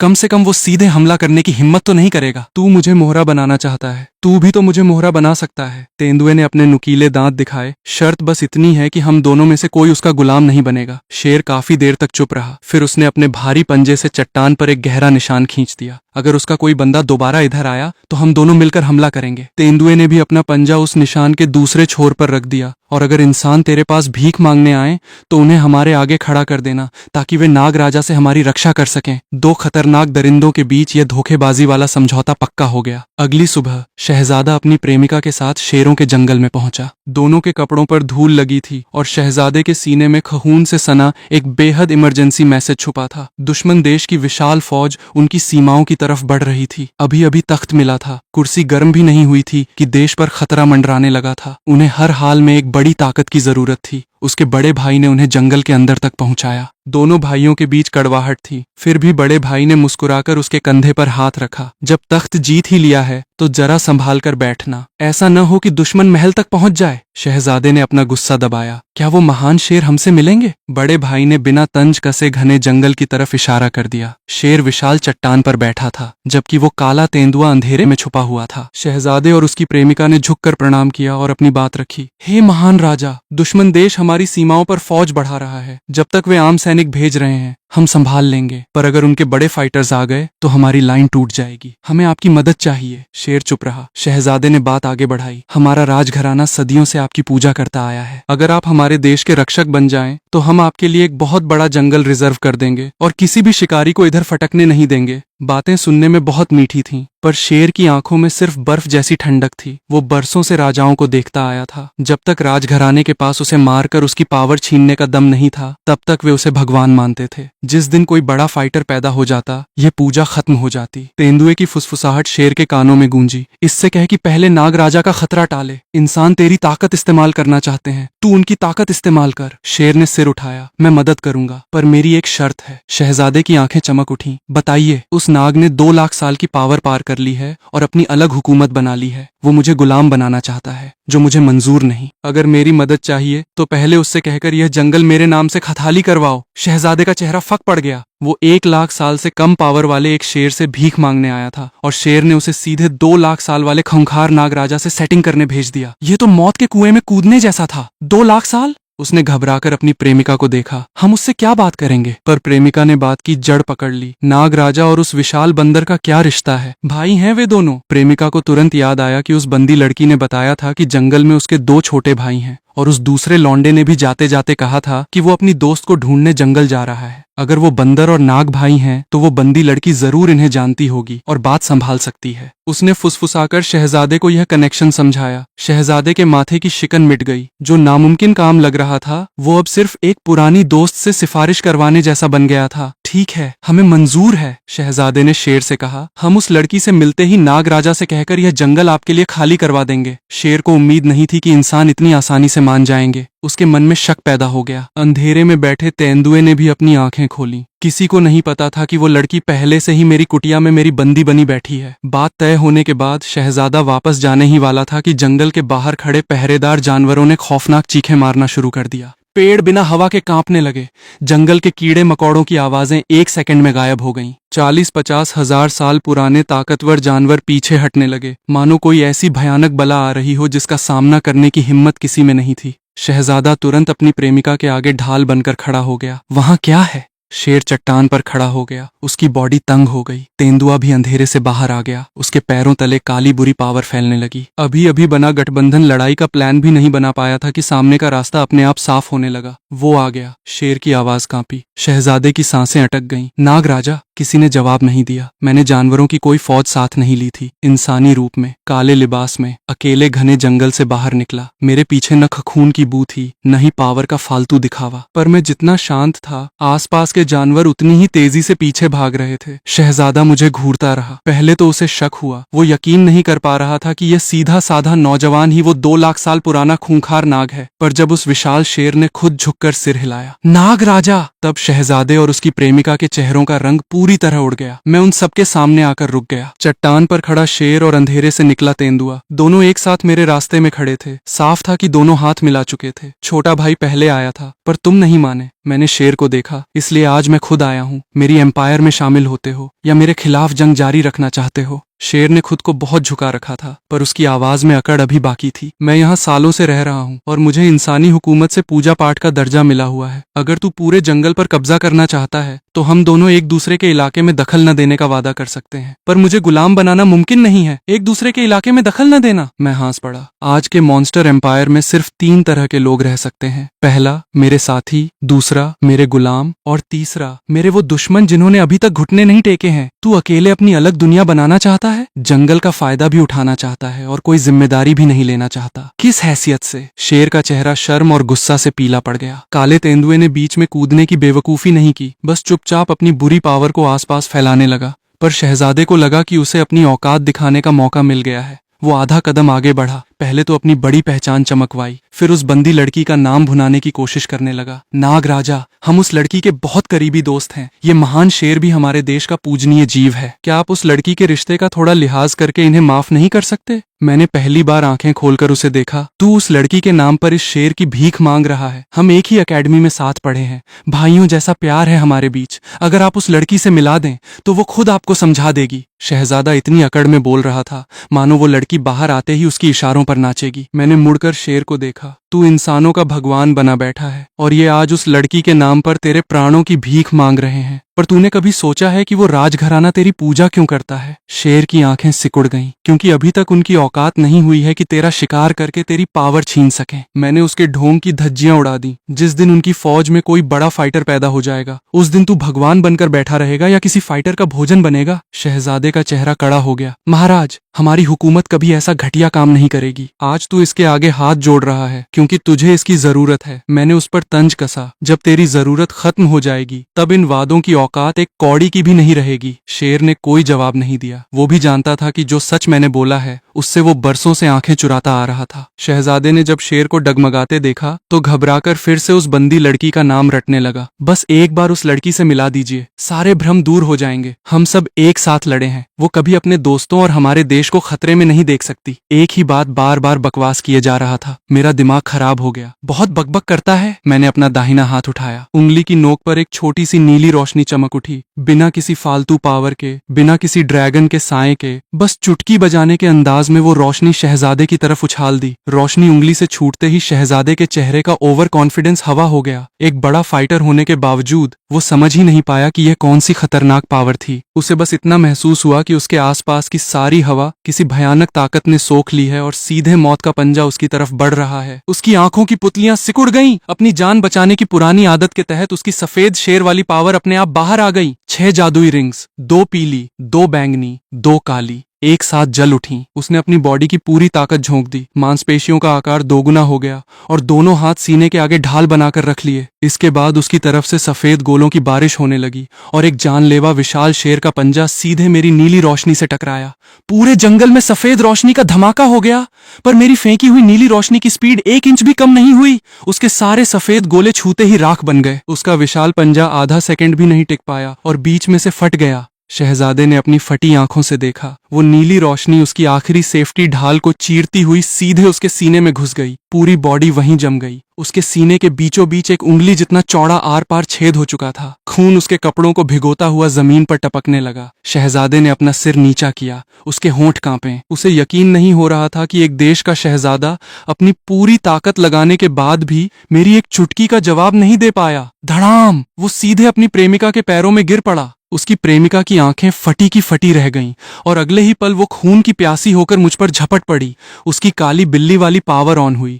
छलावे वाले कई रूप और खूंखार पंजों का हमला एक साथ मेरी गर्दन की तरफ आया। उसके बड़े भाई ने उसे रोकना चाहा, पर देर हो चुकी थी। मैंने बस एक बार हाथ हवा में लहराया। उसके सारे छलावे पल भर में हवा में उड़ गए। उसकी जादुई पावर जबरन उसकी बॉडी के अंदर वापस धकेल दी गई। इससे पहले कि वो जमीन पर गिरती, मैंने उसकी कमर पकड़कर उसे अपने सामने हवा में टांग लिया। वो पागलों की तरह छटपटाने लगी। उसकी मुट्ठियां मेरी छाती पर पड़ने लगीं। छोड़ मुझे, मैं तुझे मार डालूंगी। मैंने उसकी रोती हुई लाल आंखों में देखा। मेरी आवाज में कोई दया नहीं थी। तेरी इस औकात के साथ तू मुझे एक कदम पीछे धकेलने का दम भी नहीं रखती। मैंने अपनी पावर का हल्का सा दबाव बनाया और वो सीधे जमीन पर ढह गई। खड़े होने की ताकत भी खत्म हो चुकी थी। उसका बड़ा भाई एक तरफ चुपचाप खड़ा रहा। उंगलियां सफेद पड़ गई थीं, पर आगे बढ़ने की हिम्मत नहीं हुई। शहजादे की लाश को देखकर उसके चेहरे पर दुख नहीं था, बल्कि वो अपने नए फायदे का हिसाब लगाने में बिजी था। मैंने उस लड़की पर ध्यान देना छोड़ दिया और मुड़कर शेर और उस काले तेंदुए को देखा।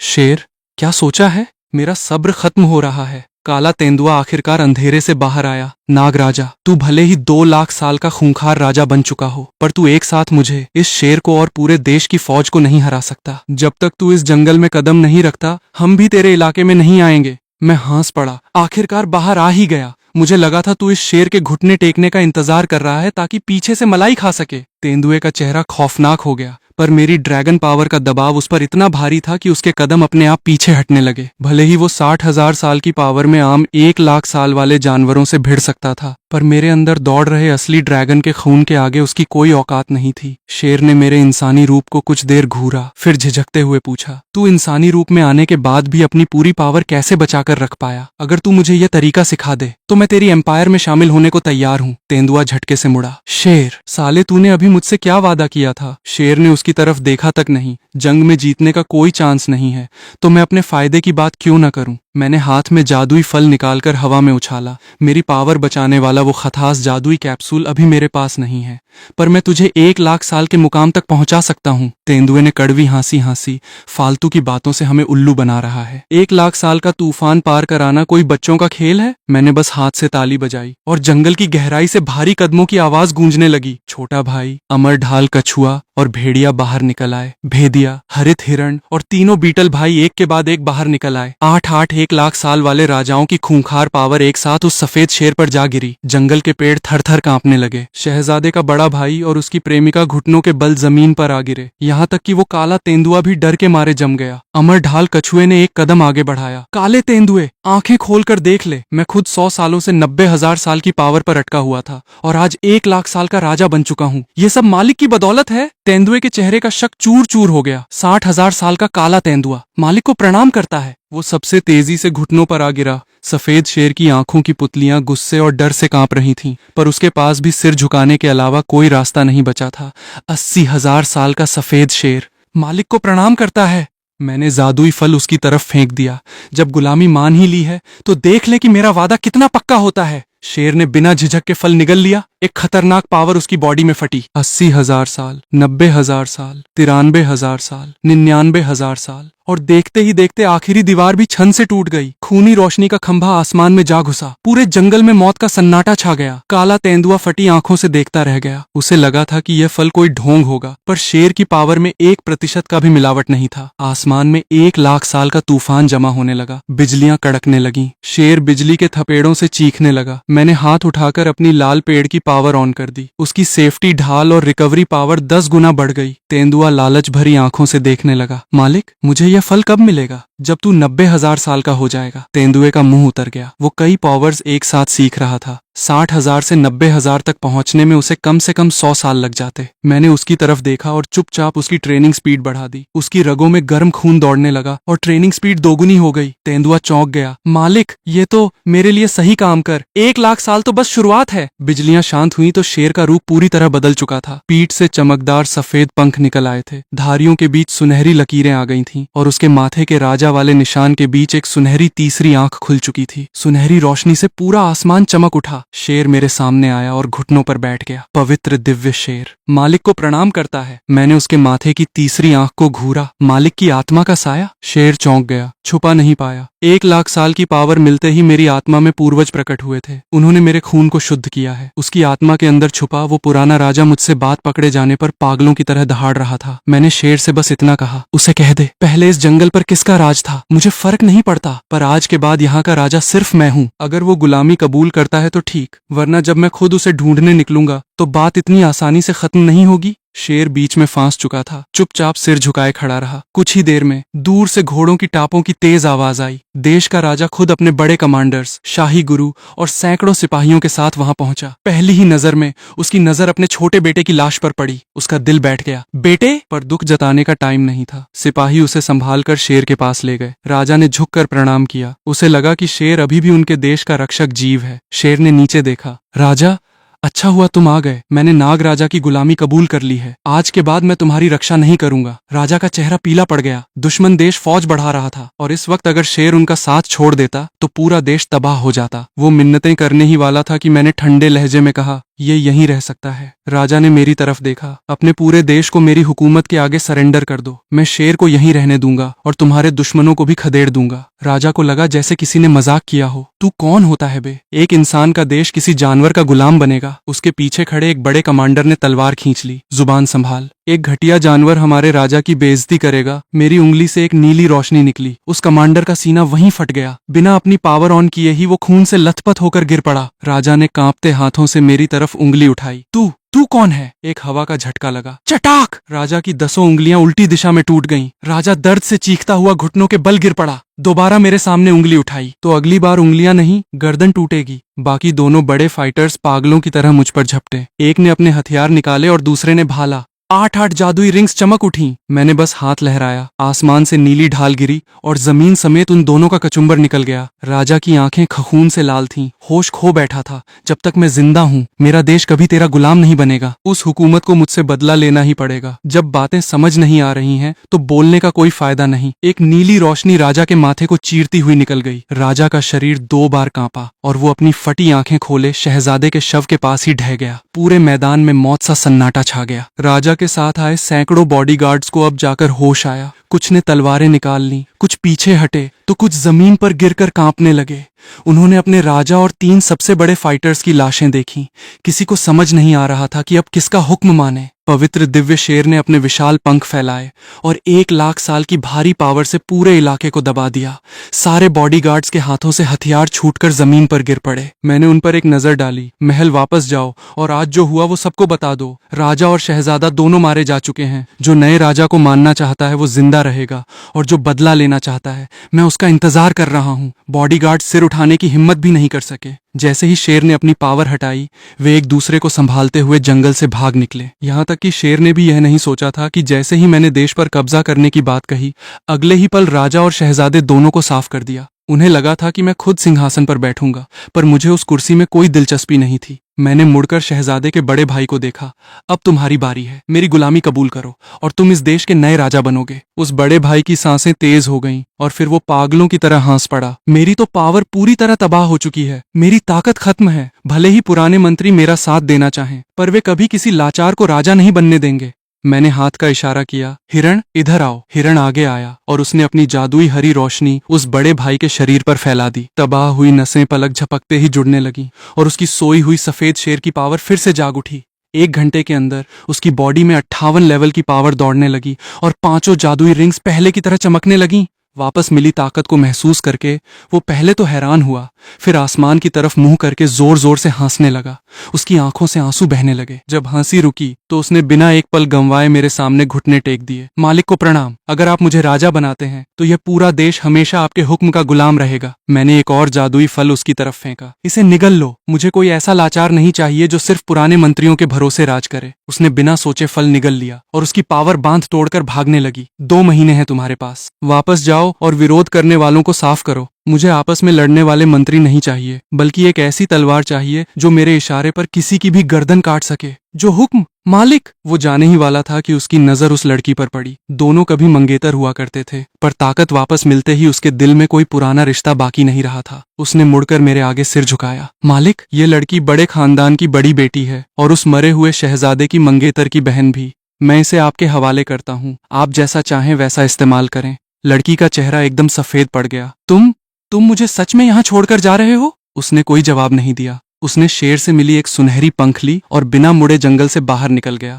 लड़की उसकी पीठ को देखती रही। उसकी आंखें धीरे धीरे उम्मीद खोने लगीं। वो बगावत करने या भागने की हिम्मत नहीं कर सकती थी। उसका पूरा खानदान देश में था और अब वो बड़ा भाई नया राजा बन चुका था। अगर वो यहाँ मर जाती तो उसके खानदान का क्या होता, कोई नहीं जानता था। मैंने हिरण से कहकर उसकी बिल्ली वाली पावर वापस सही करवा दी और दोनों बहनों को अपने पास रोक लिया। बड़ी बहन ने दांत भींचकर मना किया। उसका मंगेतर अभी अभी मेरे हाथों मारा गया था। वो मेरे बच्चे की माए बनने का सौदा किसी कीमत पर नहीं मान सकती थी। उसने छोटी बहन की तरह चिल्लाकर गाली तो नहीं दी, पर दिल से भी मुझे कबूल नहीं किया। मैंने दोनों बहनों के सामने खड़ा हुआ। जब तक हमारा सौदा पूरा नहीं होता तुम्हें मेरे पास ही रहना होगा। मुझसे नफरत करनी है या बगावत करनी है, तुम्हारी मर्जी। छोटी बहन मुझे घूरती रही और बड़ी बहन ने अपने कपड़ों का कोना कसके भींच लिया। दोनों चुप रहीं। जंगल वापस लौटने से पहले मैंने शेर को वहीं पहरा देने के लिए छोड़ दिया। उसने राजा, शहजादे और बाकी मारे गए कमांडर्स की लाशों को जमीन में गाड़ दिया और चट्टान के पास बैठ गया। उसकी आत्मा में बसा पुराना राजा लगातार उसे समझा रहा था कि मेरे अंदर असली ड्रैगन का खून है। अगर वो मुझसे और गहरा रिश्ता बनाएगा तो उसकी अपनी पावर भी कई गुना बढ़ जाएगी। शेर हमारे जाने के रास्ते को देखता रहा। काफी देर तक उसने कोई जवाब नहीं दिया। महल पहुंचते ही उस बड़े भाई ने सबसे पहले अपने पुराने गुरु से मुलाकात की। गुरु ने उसकी वापस आई पावर और बढ़ी हुई ताकत को देखा तो हैरान रह गए। उसने जंगल में हुई घटना की पूरी कहानी सुनाई, पर मेरा नाम छुपा गया। उसने राजा और शहजादे की मौत का पूरा इल्जाम उस विशाल शेर पर डाल दिया। जब टेबल पर शेर का सुनहरा पंख रखा गया तो वफादार मंत्रियों को कोई शक नहीं रहा। जब सब चले गए तो गुरु ने उसे एकांत में रोका। तेरे बाप और भाई को उस शेर ने नहीं मारा है ना? उसने छुपाया नहीं। मैंने 2 लाख साल के एक खूंखार नाग राजा की गुलामी कबूल कर ली है और तू भी यही समझे तो बेहतर होगा। गुरु ने माथा पीटा। महल में अभी भी कई पुराने सूरमा बैठे हैं। जब तू राजा बन जाएगा तो तुझे किसी जानवर की गुलामी करने की कोई जरूरत नहीं रहेगी। उसने शांत आवाज में कहा। अगर वो मालिक न होते तो मैं आज भी जंगल में एक लाचार बनकर पड़ा होता। भले ही वो पुराने सूरमा मेरी मदद करना चाहें, मैं सबसे पहले उन्हें ही कुर्बान कर दूंगा। ये देश मेरे हाथ में होना चाहिए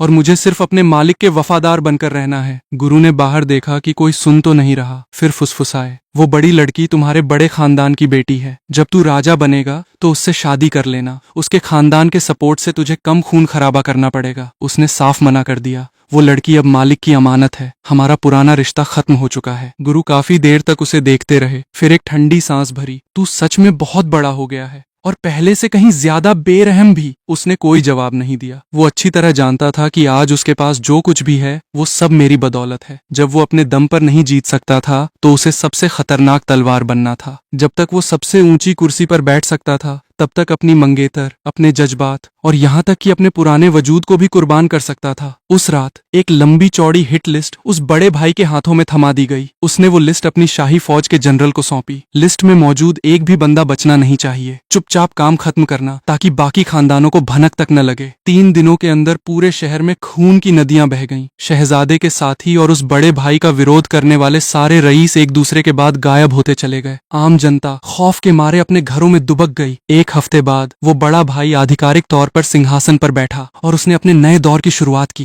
राज्याभिषेक वाले दिन उस विशाल पवित्र शेर का सुनहरा पंख सिंहासन के ठीक सामने रखा गया। वो बड़ा भाई शाही लिबास पहनकर ऊंचे मंच पर पहुंचा। सभा में कुछ पुराने मंत्री अब भी घुटने टेकने में न नुकुर कर रहे थे। उसने भाई हत्या का कोई पुराना रोना नहीं रोया, बस अपनी वापस मिली सफेद शेर वाली पावर ऑन कर दी। 70 लेवल की भारी पावर पूरे महल में छा गई। पुराने राजा और शहजादे के चमचमों को अब साफ दिख गया कि कभी लाचार बनाकर छोड़ा गया ये शहजादा अब सब कुछ छीनने का दम रखता है। उसने आखिरी बचे मंत्रियों को घूरा। आज जो घुटने नहीं टेकेगा वो उस 1 लाख साल वाले पवित्र शेर के हुक्म का अनादर करेगा। तुम लोग मुझे भले ही राजा न मानो, पर पहले यह सोच लेना कि तुम्हारा खानदान उस 1 लाख साल वाले खूंखार राजा का गुस्सा झेल पाएगा या नहीं। मंत्रियों के चेहरे पीले पड़ गए और वे एक दूसरे के बाद घुटने टेकने लगे। उसका पुराना गुरु दरबारियों में सबसे आगे खड़ा था। उसने अपनी आंखों से देखा कि जिस चेले को उसने पढ़ाया था उसने कितनी बेदर्दी से सिंहासन छीन लिया। उसे पहली बार एहसास हुआ कि इस बड़े भाई के पीछे छिपी असली ताकत उस पवित्र शेर से भी कहीं ज्यादा खौफनाक थी। पूरा महाद्वीप इस खबर से हिल गया। किसी को समझ नहीं आ रहा था कि राजा और शहजादा अचानक कैसे मर गए,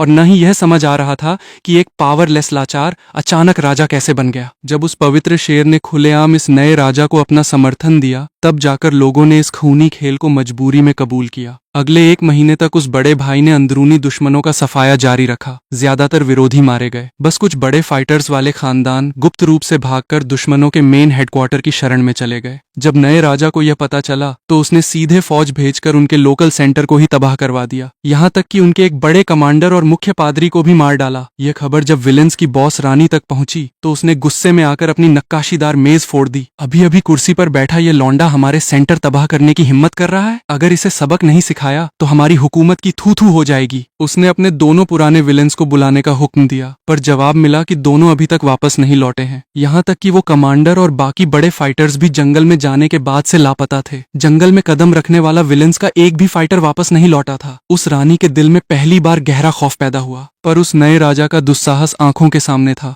इसलिए उसने तुरंत 2 बड़े फाइटर्स, 5 कमांडर, 10 बड़े बॉडीगार्ड्स और 1000 सैनिकों की फौज सीमा पर भेज दी, ताकि नए राजा से कातिलों को छीना जा सके। दूसरी तरफ पड़ोसी इंसानी देश ने भी मौका देखकर 50,000 की फौज सीमा पर उतार दी, ताकि दोनों की लड़ाई में बहती गंगा में हाथ धो सके। जब तीनों तरफ की फौजें सीमा पर आमने सामने डट गईं, तभी नया राजा उस 1 लाख साल वाले पवित्र शेर को लेकर फ्रंट लाइन पर पहुंचा। विशाल सफेद पंखों की छांव फौज पर पड़ी और जमीन पर खड़े सैनिकों को अपने साए में ले लिया। सीमा पर गगनभेदी नारे गूंज उठे। दूसरी तरफ खड़े विलेंस के दोनों कमांडर डर के मारे वहीं रुक गए। सामने भिड़ने की हिम्मत तक नहीं हुई और अपनी फौज लेकर पीछे हटने लगे। अगले ही पल आसमान से एक भारी जादुई गदा गिरी और उनके भागने का रास्ता ब्लॉक कर दिया। 96 लेवल की भयंकर पावर के साथ एक बड़ा बुजुर्ग फाइटर आसमान से उतरा। उसके ठीक पीछे उसका जोड़ीदार फाइटर भी दूसरी तरफ से प्रकट हुआ। विलेंस के मुख्य हेडक्वार्टर के ये 2 दिग्गज फाइटर्स आगे पीछे से उस पवित्र शेर को घेर कर खड़े हो गए। दोनों की नजरें शेर के माथे की तीसरी आंख पर टिकी थीं। गदा थामे फाइटर ने कहा, 1 लाख साल का यह पवित्र शेर हमारे छोटे मालिक के लिए सबसे परफेक्ट जादुई रिंग बनेगा।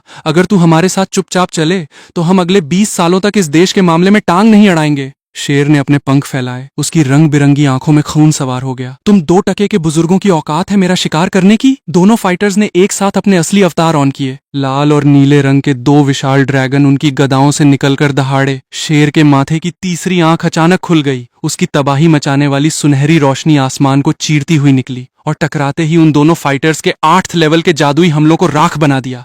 दोनों फाइटर्स के चेहरे का रंग उड़ गया। उन्होंने तुरंत अपने 9th लेवल के सबसे खतरनाक हमले छोड़ दिए। उनकी गदाएं आसमान को ढकने वाले विशाल ड्रैगन में बदल गईं और उस तबाही वाली रोशनी से टकरा गईं। धमाका! धमाके की हवा से पूरी फौज उखड़ गई। बड़े बड़े फाइटर्स भी जमीन पर मुंह के बल गिर पड़े। गदा थामे फाइटर ने खुद को संभाला। उसकी आंखों का घमंड पूरी तरह गायब हो चुका था। दूसरे फाइटर ने पीछे से हमला किया। उसका नीला ड्रैगन रोशनी के हमले को चकमा देकर शेर की पीठ की तरफ लपका। शेर की तीसरी आंख फिर चमकी। रोशनी ने नीले ड्रैगन का आधा शरीर काट दिया, पर उसे पूरी तरह खत्म नहीं कर पाई। बिजली शेर के पंखों पर आ गिरी। ढेर सारे सफेद पंख खून से लथपथ होकर नीचे गिरने लगे। फौज में चीख पुकार मच गई। कई जनरल जान की परवाह किए बिना मदद के लिए झपटे, पर शेर की एक दहाड़ ने उन्हें वापस धकेल दिया। कोई आगे मत आना, तुम लोग इनकी गदा का एक वार भी नहीं झेल पाओगे। गदा वाले फाइटर ने मौका देखा और अपनी गदा आसमान से शेर पर दे मारी। शेर ने अपने पंखों से वार रोका। हड्डियां टूटने की कड़ाकेदार आवाज पूरे मैदान में गूंज गई। उसकी बॉडी तेजी से जमीन की तरफ गिरने लगी। फौज में धंसने से ठीक पहले उसने अपना दूसरा पंख फड़फड़ाया और फिर से आसमान में उड़ गया। उसके माथे की तीसरी आंख और मुंह से निकली आग ने दोनों फाइटर्स को लॉक कर लिया। उसकी आत्मा के अंदर छुपे पुराने राजा की दहाड़ गूंजी। अगर ये तेरा शिकार करना चाहते हैं तो पहले इनकी जान यहीं ले ले। शेर चाहता तो साइड हटकर हमला बचा सकता था, पर उसके पीछे उसकी हजारों की फौज खड़ी थी। अगर उन फाइटर्स का 9th लेवल का हमला जमीन पर गिरता तो हजारों सैनिक पल भर में भस्म हो जाते। उसे यह वार खुद झेलना खेलना पड़ा। एक नीले रंग के बिजली ड्रैगन ने शेर के शरीर को आर पार चीर दिया। शेर दर्द से चीख उठा, पर उसके मुंह से एक और खतरनाक तबाही की आग निकली। तीनों पावर्स एक साथ फटी। एक चकाचौंध कर देने वाली सफेद रोशनी ने पूरे मैदान को निगल लिया। जब रोशनी छंटी तो विलेंस के दोनों बुजुर्ग फाइटर्स खून से लथपथ होकर पीछे हट चुके थे। विलेंस और पड़ोसी देश की फौजें 10-10 मील पीछे हटने पर मजबूर हो गई थीं। शेर शरीर पर दर्जनों जख्म लिए हवा में अड़ा रहा। उसने पीछे हटती दुश्मन फौज की तरफ अपनी दहाड़ मारी। मेरा नाम याद रखना, मैं हूं 1 लाख साल का पवित्र दिव्य शेर। ये मेरी जमीन है। हजारों सैनिकों ने अपने हथियार हवा में लहराए। उनकी हुंकार से सीमा गूंज उठी। जंगल वापस लौटकर शेर ने तुरंत अपने जख्मों का इलाज शुरू किया। वो जानता था कि उन इंसानी फाइटर्स के पास जादुई वैद्यों की फौज है। वे उससे कहीं तेजी से ठीक हो जाएंगे। अगर वे दोबारा हमला करते हैं या किसी और 96 लेवल वाले बड़े फाइटर को साथ लाते हैं तो उसकी हार पक्की थी। जब नया राजा भागता हुआ वहां पहुंचा तो शेर ने उसे अपना खून से सना पंख थमा दिया। जंगल के सेंटर में मालिक के पास जाओ, उनसे कहो कि सीमा पर मदद के लिए अपने बड़े फाइटर्स भेजें। नया राजा ने 1 सेकंड की भी देरी नहीं की और तुरंत जंगल के गुप्त रास्ते की तरफ दौड़ पड़ा। मैंने उस खून से सने पंख को बस एक बार देखा और सारा खेल समझ गया। विलेंस के हेडक्वार्टर की यह हिम्मत कि वे मेरे पवित्र दिव्य शेर पर हाथ डालें। अब उन्हें सिर्फ अपने 2 बुजुर्गों के जख्मी होने से कहीं बड़ी कीमत चुकानी होगी। भेड़िया, हरित हिरण, तुम दोनों उस नए राजा के साथ सीमा पर जाओ। उस बड़ी लड़की की आंखें उस नए राजा की पीठ को लगातार घूरती रहीं। मैंने अपना हाथ उसकी कमर पर रखा और उसे खींचकर अपने करीब कर लिया। उसका शरीर थर थर कांप उठा, पर अब उसमें नजरें उठाने तक की हिम्मत नहीं बची थी। झील के किनारे की जिंदगी ऊपर से शांत दिखती थी, पर दोनों बहनों को अच्छी तरह पता था कि वे यहाँ से कभी भाग नहीं सकती। हुएना का पेट अब साफ दिखने लगा था। वो प्रेग्नेंट थी। वो दूसरा बड़ा फाइटर भारी दिल के साथ वहीं पहरा दे रहा था। छोटी लड़की अपने बेहोश प्रेमी के पास बैठी रोती रहती थी और दोनों पुराने विलेंस कुल्हाड़ी चलाकर लकड़ी के मकान बनाने में जुटे हुए थे। जब उन दोनों बहनों ने पहली बार यह नजारा देखा था तो उन्हें अपनी आंखों पर यकीन नहीं हुआ था। विलेंस की राजकुमारी, 90 लेवल वाले बड़े फाइटर्स और पुराने कॉलेज के दोस्त, सब एक ही झील के किनारे लाचार बनकर कैद थे। बड़ी बहन को सबसे ज्यादा धक्का तब लगा जब उसने देखा कि वो छोटी लड़की अपने प्रेमी को बचाने के लिए मेरी शर्तें मानने को मजबूर हुई थी। जब कोई आसपास नहीं होता तो वो छोटी लड़की के कांपते कंधों को सहलाकर उसे चुप कराती। हुएना अपने पेट को हाथों से ढके मेरी नजरों से बचकर निकल जाती। झील के किनारे कोई भी इंसान चैन की सांस नहीं ले पा रहा था। वो फाइटर अपनी भाला थामे हुएना के पास डटा रहता और दोनों बहनें जंगल के एग्जिट की तरफ देखती, पर किसी का एक कदम आगे बढ़ाने का दम नहीं होता था। 1 महीने बाद हुएना का पेट काफी बाहर आ चुका था। मैंने उसे आराम करने को कहा और बाकी कामों में दूसरों को लगा दिया। दूसरी तरफ शहर के मुख्य कॉलेज की एक महिला प्रोफेसर 2 नौजवानों को लेकर जंगल के बाहरी इलाके में पहुंची। वे शहर के एक बड़े फाइटर का जहर उतरवाने के लिए यहाँ जड़ी बूटी ढूंढने आए थे, पर कदम रखते ही सन्नाटे ने उन्हें डरा दिया। पूरे जंगल में एक भी जानवर हिलता हुआ नहीं दिख रहा था। सिर्फ नीली घास और भूतिया पेड़ थे। जब वे और अंदर पहुंचे तब भी 10,000 साल वाला एक भी जानवर नजर नहीं आया। महिला प्रोफेसर का चेहरा गंभीर हो गया। लड़की, लड़के, तुरंत वापस मुड़ो, जंगल में कुछ बहुत भयानक गड़बड़ हुई है। वे मुड़े ही थे कि जमीन फटी और लाखों चींटियां बाहर निकल आईं। दीमक के उस विशाल टीले के पीछे से 1 लाख साल वाले 3 विशाल चींटी राजा प्रकट हुए। उनकी खौफनाक पावर से दोनों नौजवानों के हाथ पैर ठंडे पड़ गए। महिला प्रोफेसर जानती थी कि वो अकेले इन दोनों बच्चों को बचाकर नहीं भाग सकती। उसने तुरंत अपने विशाल हरी बेल वाले अवतार को ऑन किया और बेलों से रास्ता बनाने लगी। उसने बेलों से दोनों बच्चों को लपेटा और दूर जंगल के बाहर फेंक दिया। भागो, बाहर जाकर राजघराने को बताओ कि इस जंगल पर किसी दानव का कब्जा हो चुका है। सबसे बड़े चींटी राजा ने अपने विशाल पंजे मारे और जमीन से और चींटियां निकल आईं। बेलों की जड़ें काटी जाने लगीं। महिला प्रोफेसर अपनी पूरी ताकत लगाकर चींटियों को उड़ाती रही। लड़का हवा में छटपटाया। मैडम, हम आपको अकेला छोड़कर नहीं जा सकते। प्रोफेसर ने पीछे मुड़कर नहीं देखा, बस अपनी आखिरी बेल से उन्हें और दूर धकेला। लड़की का ख्याल रखना, मेरी कुर्बानी बेकार मत जाने देना। बेल टूट गई। महिला प्रोफेसर का विशाल अवतार चींटियों के समंदर में डूब गया। उसकी चीखें कुछ ही सेकंड में चींटियों के चबाने की आवाजों के नीचे दब गईं। जमीन पर गिरते ही दोनों नौजवान भागने लगे, पर चींटियां पीछे पड़ी थीं। लड़की ने अपने हरे नाग का जहर फैलाकर छोटे मोटे कीड़ों को भस्म कर दिया, पर कई 10,000 साल वाली चींटियां जहर के गुबार को चीर कर आगे बढ़ाईं। लड़के ने अपनी नीली बिजली ड्रैगन वाली पावर ऑन की और चारों जादुई अटैक एक साथ छोड़ दिए। आसमान में ड्रैगन कड़का और उसने सामने वाली चींटियों को भून कर फेंक दिया। लड़की जहरीला धुआं छोड़ती हुई उसके पीछे भागती रही। दोनों जानते थे कि प्रोफेसर अब जिंदा नहीं बची होंगी, पर वे रुक नहीं सकते थे। मेरा हाथ पकड़ो, जंगल से बाहर निकलते ही मैं फौज लेकर मैडम को बचाने आऊंगा। लड़के की आंखों में आंसू थे, पर वो हिम्मत बांध रहा था। लड़की ने कसकर उसका हाथ थामा। तुम मुझे छोड़कर मत जाना, कभी नहीं। हमारी तो अभी सगाई हुई है, मुझे तुमसे शादी करनी है। लड़के ने अपने शरीर का आखिरी खून निचोड़कर बिजली का धमाका किया। उसे लगा कि वे खतरे से बाहर निकल आए हैं, पर वो पेड़ों के तनों पर उभरते हुए खूनी निशानों को नहीं देख पाया। जैसे ही वे घेरे से बाहर निकले, उनकी पूरी जादुई ताकत गायब हो गई। बिजली बुझ गई, ड्रैगन गायब हो गया और जहर का धुआं हवा में उड़ गया। भारी कदमों की आवाज आई। अमर ढाल कछुआ धीरे धीरे उनके सामने आया। 1 लाख साल की भारी पावर ने उनका दम घोंट दिया। लड़के ने गिरते पड़ते कहा, महाराज, हम अनजाने में आए थे, हमें जाने दीजिए। कछुए ने ठंडे लहजे में देखा, तुम इंसान शिकार करने ही तो आते हो, अनजाने में कैसा आना? पर मेरे मालिक का हुक्म है, तुम दोनों में से सिर्फ एक जिंदा बचेगा। लड़की के रोंगटे खड़े हो गए। कौन जिंदा रहेगा? कछुए ने अपना भारी पंजा उठाया। तू बचेगी, ये मरेगा। लड़का अपनी पावर फिर से जगा पाता, उससे पहले कछुए का विशाल पंजा नीचे आने लगा। लड़की चीख कर बीच में कूदी, पर कछुए की सेफ्टी ढाल ने उसे पीछे फेंक दिया। नहीं महाराज, मुझे मार दो, इसे छोड़ दो, मैं भागूंगी नहीं, वादा करती हूँ। कछुए का पंजा रुका नहीं। मालिक का हुक्म सिर्फ तेरे जिंदा रहने का है, इसके नहीं। लड़के ने उस विशाल पंजे को अपनी तरफ आते देखा। डर से उसकी आंखें फटी। फिर उसने अपनी पूरी ताकत से लड़की की तरफ चेहरा घुमाया। आंखें बंद कर लो, मत देखो। धड़ाम, एक भारी आवाज हुई और लड़के की चीख हमेशा के लिए खामोश हो गई। लड़की की आंखें फटी की फटी रह गईं। उसका मंगेतर उसकी आंखों के सामने कीचड़ की तरह कुचल दिया गया था। वो पत्थर बन गई, उसके मुंह से चीख तक नहीं निकली। कछुए ने अपनी जादुई ढाल से लड़की को हवा में उठाया और जंगल के सेंटर की तरफ बढ़ने लगा। रास्ते में वे उस जगह से गुजरे जहां महिला प्रोफेसर ने आखिरी सांस ली थी। बूढ़ी प्रोफेसर का सिर्फ एक ढांचा बचा था। लड़की को जिंदा देखकर उसकी आखिरी खुली आंख भी धीरे धीरे बंद हो गई। लड़की ढाल के अंदर घुटनों के बल बैठकर रोती रही। आधे दिन के अंदर उसकी प्रोफेसर और उसका मंगेतर दोनों मारे गए थे और वो उनकी लाशें तक नहीं उठा सकती थी। जैसे जैसे वे जंगल के और अंदर पहुंचे, उसने एक ऐसा नजारा देखा जो इंसानी समझ से बाहर था। जो जानवर कभी एक दूसरे का शिकार करते थे, वे आज एक साथ शांति से रह रहे थे। छोटे जानवर पेड़ों के बीच खेल रहे थे, बड़े 10,000 साल वाले जानवर पहरा दे रहे थे और चींटियां जमीन के नीचे रास्ते बनाकर संदेश पहुंचा रही थीं। यह अब कोई भयानक जंगल नहीं था, यह एक नियम कायदों से चलने वाला मॉन्स्टर एम्पायर बन चुका था। एक जख्मी हिरण को एक जहरीली मकड़ी अपनी पीठ पर लाद कर ला रही थी और हरित हिरण के कबीले वाले जड़ी बूटियों से उसका इलाज कर रहे थे। दूर खूंखार मकड़ियां और उनके पुराने शिकार एक ही गुफा के पहरेदार बने खड़े थे।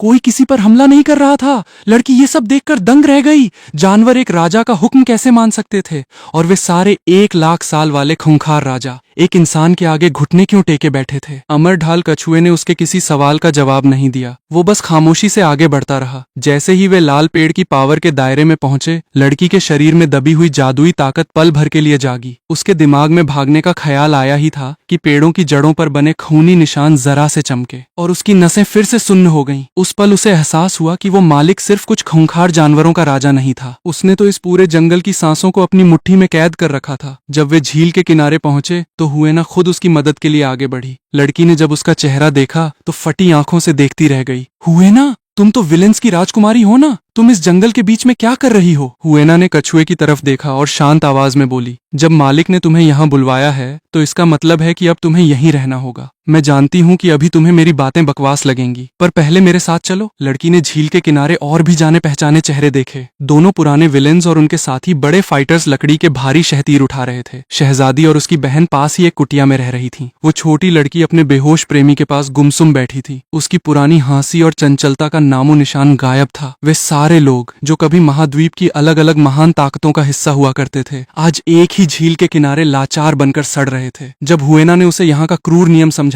तो लड़की का सब्र का बांध टूट गया। किसी जानवर के बच्चे की मां बनूं? हुएना, क्या तुम्हारा दिमाग खराब हो गया है? तुम विलेंस की राजकुमारी हो। अगर तुम्हारी गुरु तुम्हें इस हालत में देख लेंगी तो उनके दिल पर क्या बीतेगी? हुएना की आंखों में दर्द की एक लहर कौंधी, पर उसने नजरें नहीं झुकाईं। अगर मेरी गुरु मुझे बचा सकती तो अब तक आ चुकी होती। जब हमारे सारे बड़े फाइटर्स यहाँ लाचार पड़े हैं तो तुम्हें क्या लगता है तुम्हारे दादा अकेले तुम्हें यहाँ से सही सलामत निकाल पाएंगे? लड़की ने मुट्ठियां कस लीं। तो मैं मर जाना पसंद करूंगी। शहजादे की बहन धीरे धीरे उसके पास आई। जब मैं पहली बार यहाँ आई थी तो मैंने भी यही सोचा था, पर अगर तुम मर गईं तो तुम्हारे दादा का क्या होगा? तुम्हारा मंगेतर तो पहले ही मारा जा चुका है। क्या तुम चाहती हो कि तुम्हारे बूढ़े दादा अपनी जिंदगी की आखिरी उम्मीद भी खो दें? लड़की के होंठ कांपने लगे। मुंह से कोई शब्द नहीं निकला। वो अपनी जान की परवाह नहीं करती थी, पर अपने अकेले बचे दादा को तड़प तड़प कर मरते नहीं देख सकती थी। हुएना ने अपने बाहर निकले हुए पेट पर धीरे से हाथ रखा। तुम मुझसे नफरत कर सकती हो, मना कर सकती हो, पर अपनी ताकत से यहाँ से बाहर निकलना नामुमकिन है। अगर कुछ करना चाहती हो तो पहले जिंदा रहना सीखो। मैं उन दोनों के सामने आया। मेरी नजर लड़की के हरे बालों और लाल आंखों पर टिकी। विशाल नाग वाले बूढ़े की पोती। काबिलियत बुरी नहीं है, मेरी पावर के दबाव से वो अपनी जगह जम गई, पर उसकी आंखों में आग उबल रही थी। तुमने मेरे मंगेतर को मारा है, मुझे यहाँ कैद किया है, मेरे दादा तुम्हें कभी माफ नहीं करेंगे। मैंने उससे कोई बहस नहीं की, बस हुएना से कहा, इसे अंदर ले जाओ, आज मैं इसे हाथ भी नहीं लगाऊंगा। पहले यह अपनी आंखों से देख ले कि यहाँ क्या क्या हुआ है, फिर तय करे कि इसके बाद मेरे सामने किस औकात में बात करनी है। कमरे का दरवाजा बंद हो गया। दोपहर से ढलती शाम तक लड़की ने खिड़की से सब देखा। उसने देखा कि कैसे छोटी लड़की अपने प्रेमी की जान बचाने के लिए सौदे कर रही थी। उसने शहजादे की दोनों बहनों की लाचारी देखी। उसे समझ आ गया कि झील के किनारे की यह खामोशी किसी की मर्जी नहीं बल्कि बेबसी थी। उसे यह भी समझ आ गया कि उसके दादा की जितनी भी ताकत हो,